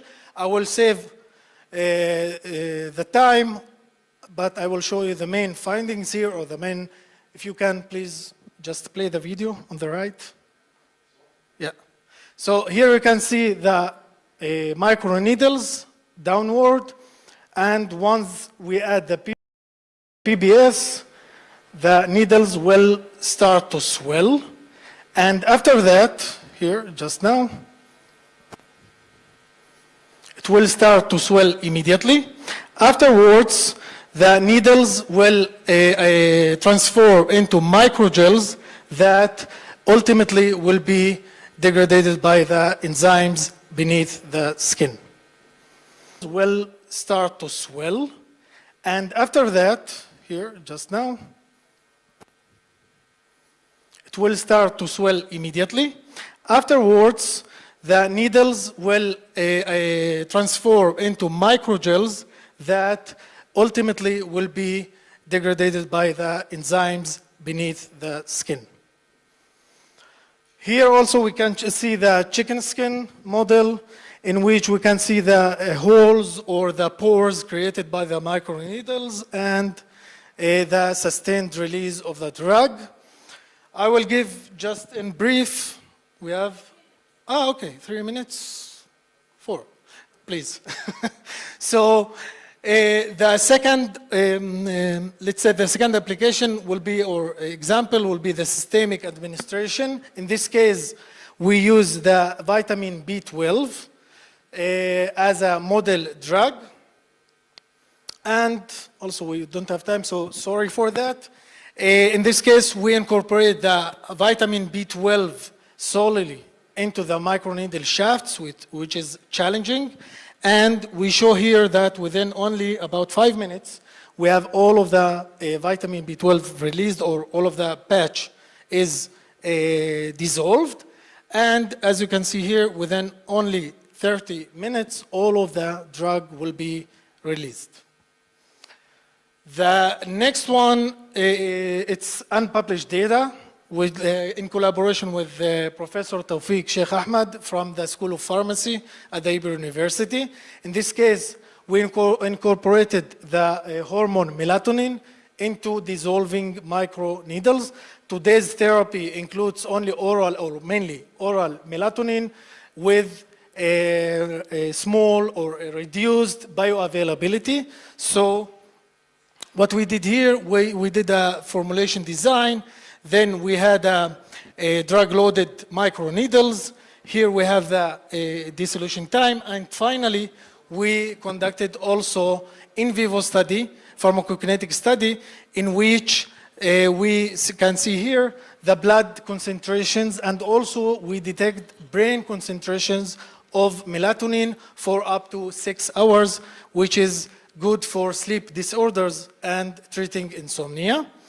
And the last one, last but not least, we are trying to explore more directions or novel directions. So we are trying now to move to the oral cavity using microneedles. In this case, I'm collaborating with Professor Doron Steinberg from the Faculty of Dental Medicine in Hadassah. So what we did here, we took the chlorhexidine, which is in the mouth rinse, you know, all of the dental rinses, and we incorporated into microneedles. And as you can see here, we had a sustained release of the drug and sustained activity for about 1 week.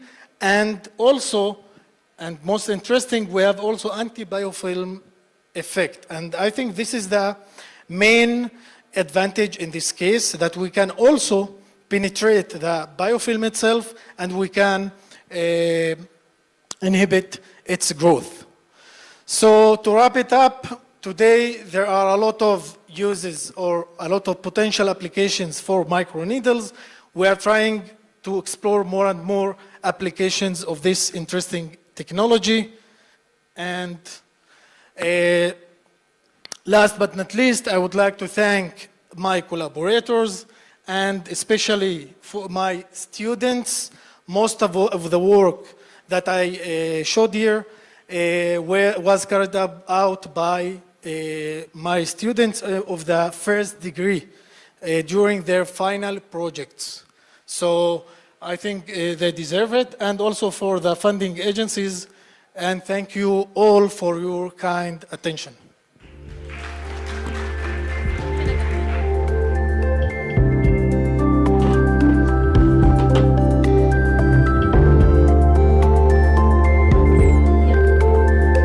We're gonna have 30 seconds for the feedback, so please make sure to scan it.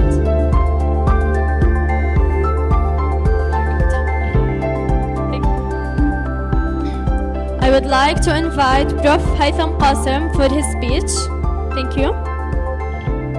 So, good afternoon, everyone. I don't know what to say, but what I will present today, it will be like exotic topics compared to what my friend and other presenter have presented here. But I'm sure that by having good collaboration and thinking outside the box, maybe we can take advantage about this technology. This is an innovative technology, and we can promote a lot of projects in the domain of biomedical engineering. So the topics today is bio-inspired adhesive microstructures. So, but before, in fact, why we talk about biomimetics? Biomimetics, because talking about biomimetics, it means that we are talking about 3.8 billion years of research and development. So what doesn't work, what didn't work, does not exist anymore. So in nature, today, everything that you can observe is already proved and well adapted to the environment. So we can take advantage about these ideas to solve another problem that we have in engineering, for example, and we cannot solve them by applying the traditional way of engineering, okay? So if you look, for example, to nature, you can observe that in classical engineering, you have straight line, straight building, straight bodies, but in nature, our bodies are curved because, you know, nature optimizes the system, optimizes the energy, and optimizes the function. That's why, for example, the shapes in nature are curved. So when we talk about biomimetics, it means to take ideas from nature and to try to translate them to solutions in engineering. And there are two means approach to biomimetic design. The first one is biology to design, and the other one is design to biology. The difference between them, that is, in the first one, biology to design, you just go in nature and you observe something interesting. For example, material or system or microsystem or, for example, mechanisms.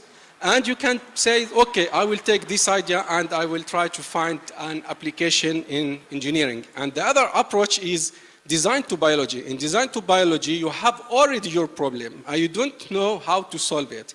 So you try to find the mechanisms in the nature and to have an idea to get inspired by the nature and to solve your own problem. But today we have limited time to cover all topics in the biomimetics, so I will focus on the bio-inspiring functional surfaces. And talking about functional surfaces, and more specifically to surfaces in terms of friction and adhesion of systems. Okay, so each one of these animals has a specific function that it has developed in nature. And for example, this photo has been taken from a Mission Impossible movie or film. And I don't know if really it's true, it's a true photo or not, I don't know. But anyway, if is it true, so it requires a lot of training period, very long training period and very special effort. However, in nature, these things are done easily without any specific effort or needs. Why? The question is why? Because in nature, for example, if you look to different species, for example, to fly or to gecko or other animals, you can see the common thing between all of these animals, their ability to adhere to different surfaces. Okay, regardless the roughness of the surfaces, regardless the conditions, if they are, for example, wet surfaces or dry surfaces, they can adhere without any problem. And the question is why? So if you can look to the microstructure that they have developed, you can see they have a kind of microstructure in different shape or different size. For example, the gecko has the smallest one, if you can see here. It doesn't work, yes? Okay. If you look to the photo on the top, you have four different photos for four different groups of animals. And from left to right, the mass body increases, okay? But all of these photos are taken at the same magnification. So we can compare from the size of this element. And as you can see here, the heaviest the animal, the smallest, the smaller and the more densely the element of adhesion. So it means that the law in nature is if you want to achieve more force or more adhesion, you have to reduce the size of the elements. And it will work more specifically. So in nature, we can distinguish between two different groups. The first one, the element of attachment are mostly mushroom cups, as you can see in the left side. And these elements are adapted for passive long-term attachment. And the other one is the spatula, which evolved in the gecko. And this is used for muscle-activated shear-induced short term attachment. The second one is more adapted for locomotion, for dynamic movement, okay? So when we want to mimic these systems, we have to understand the mechanism itself. So we have to analyze the mechanism and understand the physics behind this ability. And once we understood the system, we can reproduce this at different scales and test them to see if this idea works or not. So we produce, for example, a negative template by laser cutting, and then we can cast inside the template PVS or other elastomer, and we can get the samples. And here, you can apply here, please. You can see the samples with SEM, and you can see the load of the system. So this element, once you produce this element, you apply the normal force. Each one can deform in the way randomly. But once you apply the sliding or the shear force, all of them will be aligned in the same direction to get the maximum contact area between the opposite surface and this element to achieve the maximum force and the maximum adhesion. And you can ask yourself why we try to develop these elements of adhesion, because we can apply this solution in different domains, for example, for robotics, also to produce some gloves to allow people to just adhere to surfaces. And recently with my friend Professor Ayman Abu Ammar, we tried to take this to develop a film, adhesive film, that contains some drug. And this will be dedicated for vocal treatment, local vocal treatment. You can apply this movie, please? Sorry, you can apply this movie? I can show you a small robot here that can just adhere to the surface in dynamics without filling. And the other systems, as I told you before, is the beetle system, which consists of mushroom cups. And as you can see, for example, this person with 70 kilo can hang on the glass ceiling with a small piece of 20 centimeters. But as I said before, we try to take this to the medical, okay? So we embed inside this element, we reproduce this element with PLJA, and we embed inside nanoparticles to be used as drug, and we tested even the drug release profile of this system. And as you can see here, we tested also the adhesion of this system. And as you can see here, the texture samples containing the drug presents the maximum adhesion force. It means that the drug increases also more and more the adhesion on the surfaces. You can apply this movie. I will show you another microstructure. We don't have the sound here. Okay. Okay, so we can imagine why she slept, okay? Because there's water on the ground. And probably this is the same phenomenon when you lose the control of your vehicle, okay? When you drive fast on the train, you can lose the control because of a phenomenon that is called hydroplaning. Hydroplaning, it means that you have a film of water between the wheel and the road, and because of the high speed, the water doesn't have enough time to be evacuated from the contact, and so you have a shear force on the depth of the film, and you lose the control. The question is, does any of the animal in the nature solve this problem? Question, and the answer is yes. The tree frog, for example, has solved this problem. Because if you look to this, can you apply this film, please? Can you apply this? As you can see, it jumps and just adhere to the surface without any problem, even if you have water on the surface, even if the surface has roughness, some roughness or different material. And the question is why? this tree frog can solve this problem. And if you look on the fingers of this animal, you can see that he has developed some pattern surface in the form of micro-hexagon. And these pattern surfaces allow them to adhere to the surfaces, and you can see also small or micro channels between these elements. And the role of these micro channels is to allow to the liquid or the water to be evacuated, okay, from the interface between the two surfaces in order to achieve the maximum adhesion and the maximum friction force. Oops, what's happening?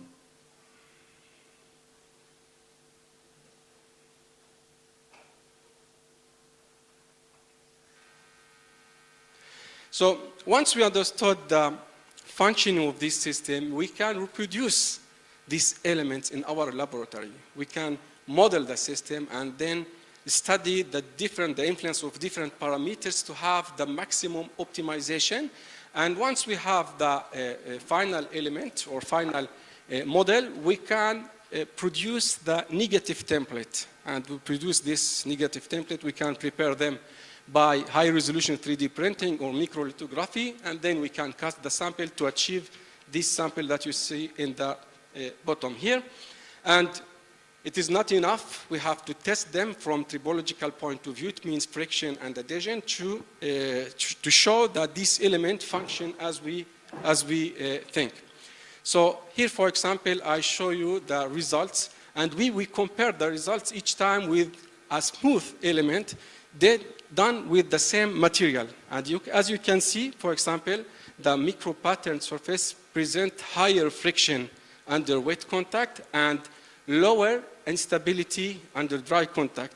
And we try to take it also to the next step, and we test them on different soft materials such as chicken skin and gelatin. And as you can see here, for example, this still works.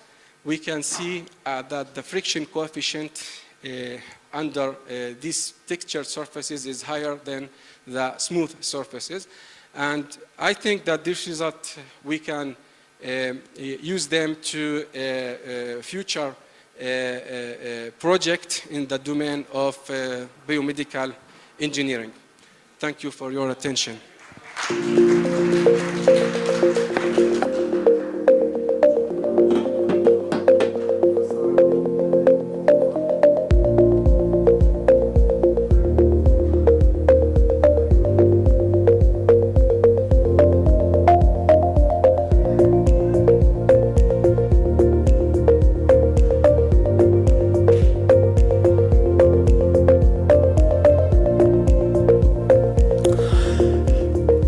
Wow. Thank you. Impressive day. Thank you very much. No words to describe how happy I am in your event. This is your event. This is not mine. My team has worked on it. I want to thank them very much. And yeah, they deserve it. And I also want to emphasize that we could have not done this without the support from the Innovation Authority, from the participation of all entrepreneurs, researchers, speakers. But I also want to mention the talents that are working and still working behind the scenes, the photographers, the logistics companies, the live streaming guys, the design committee, the design company. All those talents are Jerusalemites. We're very proud that we have in our ecosystem all this support in order to make something like this conference happening. So thank you very much also for you to stay until now. I want to close by a few sentences. I'm very proud that this is happening in East Jerusalem. I'm very proud that we are connecting East Jerusalem to different ecosystems. It's a win-win. All the speakers who came from the industry, who came from the academia, who came from hospitals, from different places, they are now exposed to the East Jerusalem talents. And that was one of the goals, to tell those who didn't have a chance to come and work in the ecosystem in East Jerusalem to come and see our talents, to come and see our Jerusalemites, to come and see the value of the people that we have here, especially with the high rate of education that we have. But not many people know about us. Now they know. And the other mirror, the angle of it, is that we are also more exposed on what exists. We're exposed to other companies, we're exposed to research, we're exposed to what companies and other organizations can give us in East Jerusalem so we can target them and start knocking their doors.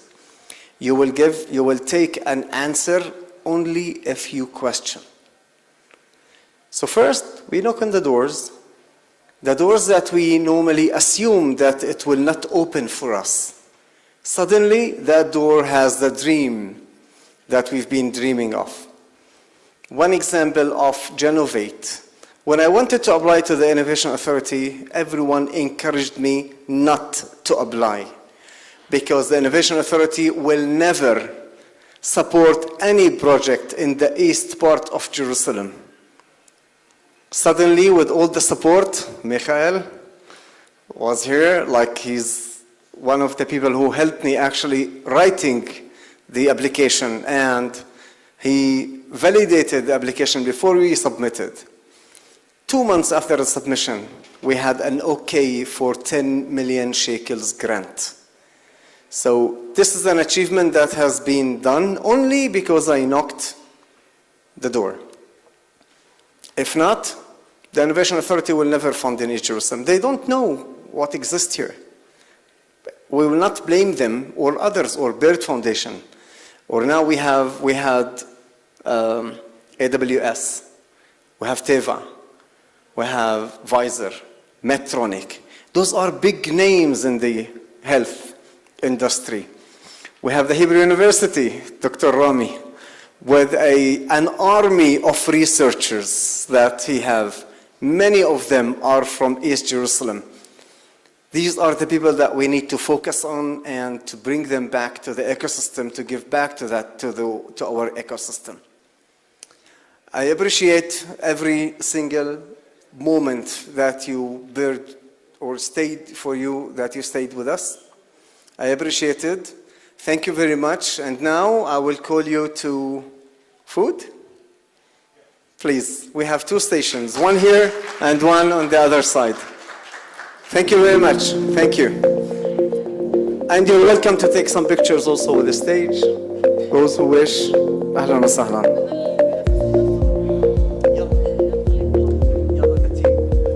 The team come, or whoever want to join us also, we're taking a picture, a group picture. You're most welcome, everyone, to the stage. Yalla.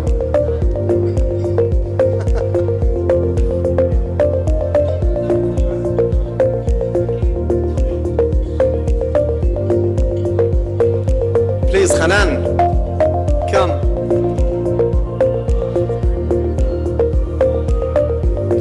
Amjad, Skafi, Rula.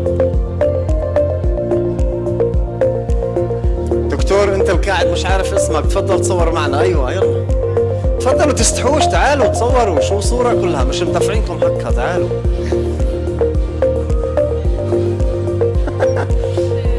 بعدين اليوم الصور ما بتكلف مصاري. زمان كنا نروح نحمد الصورة عند جارو ولا عند فايز ندفع لنا بصير قديش شواكر. ممكن كمان تحت، ممكن كمان تحت. يعني انا طويل ممكن انزل تحت.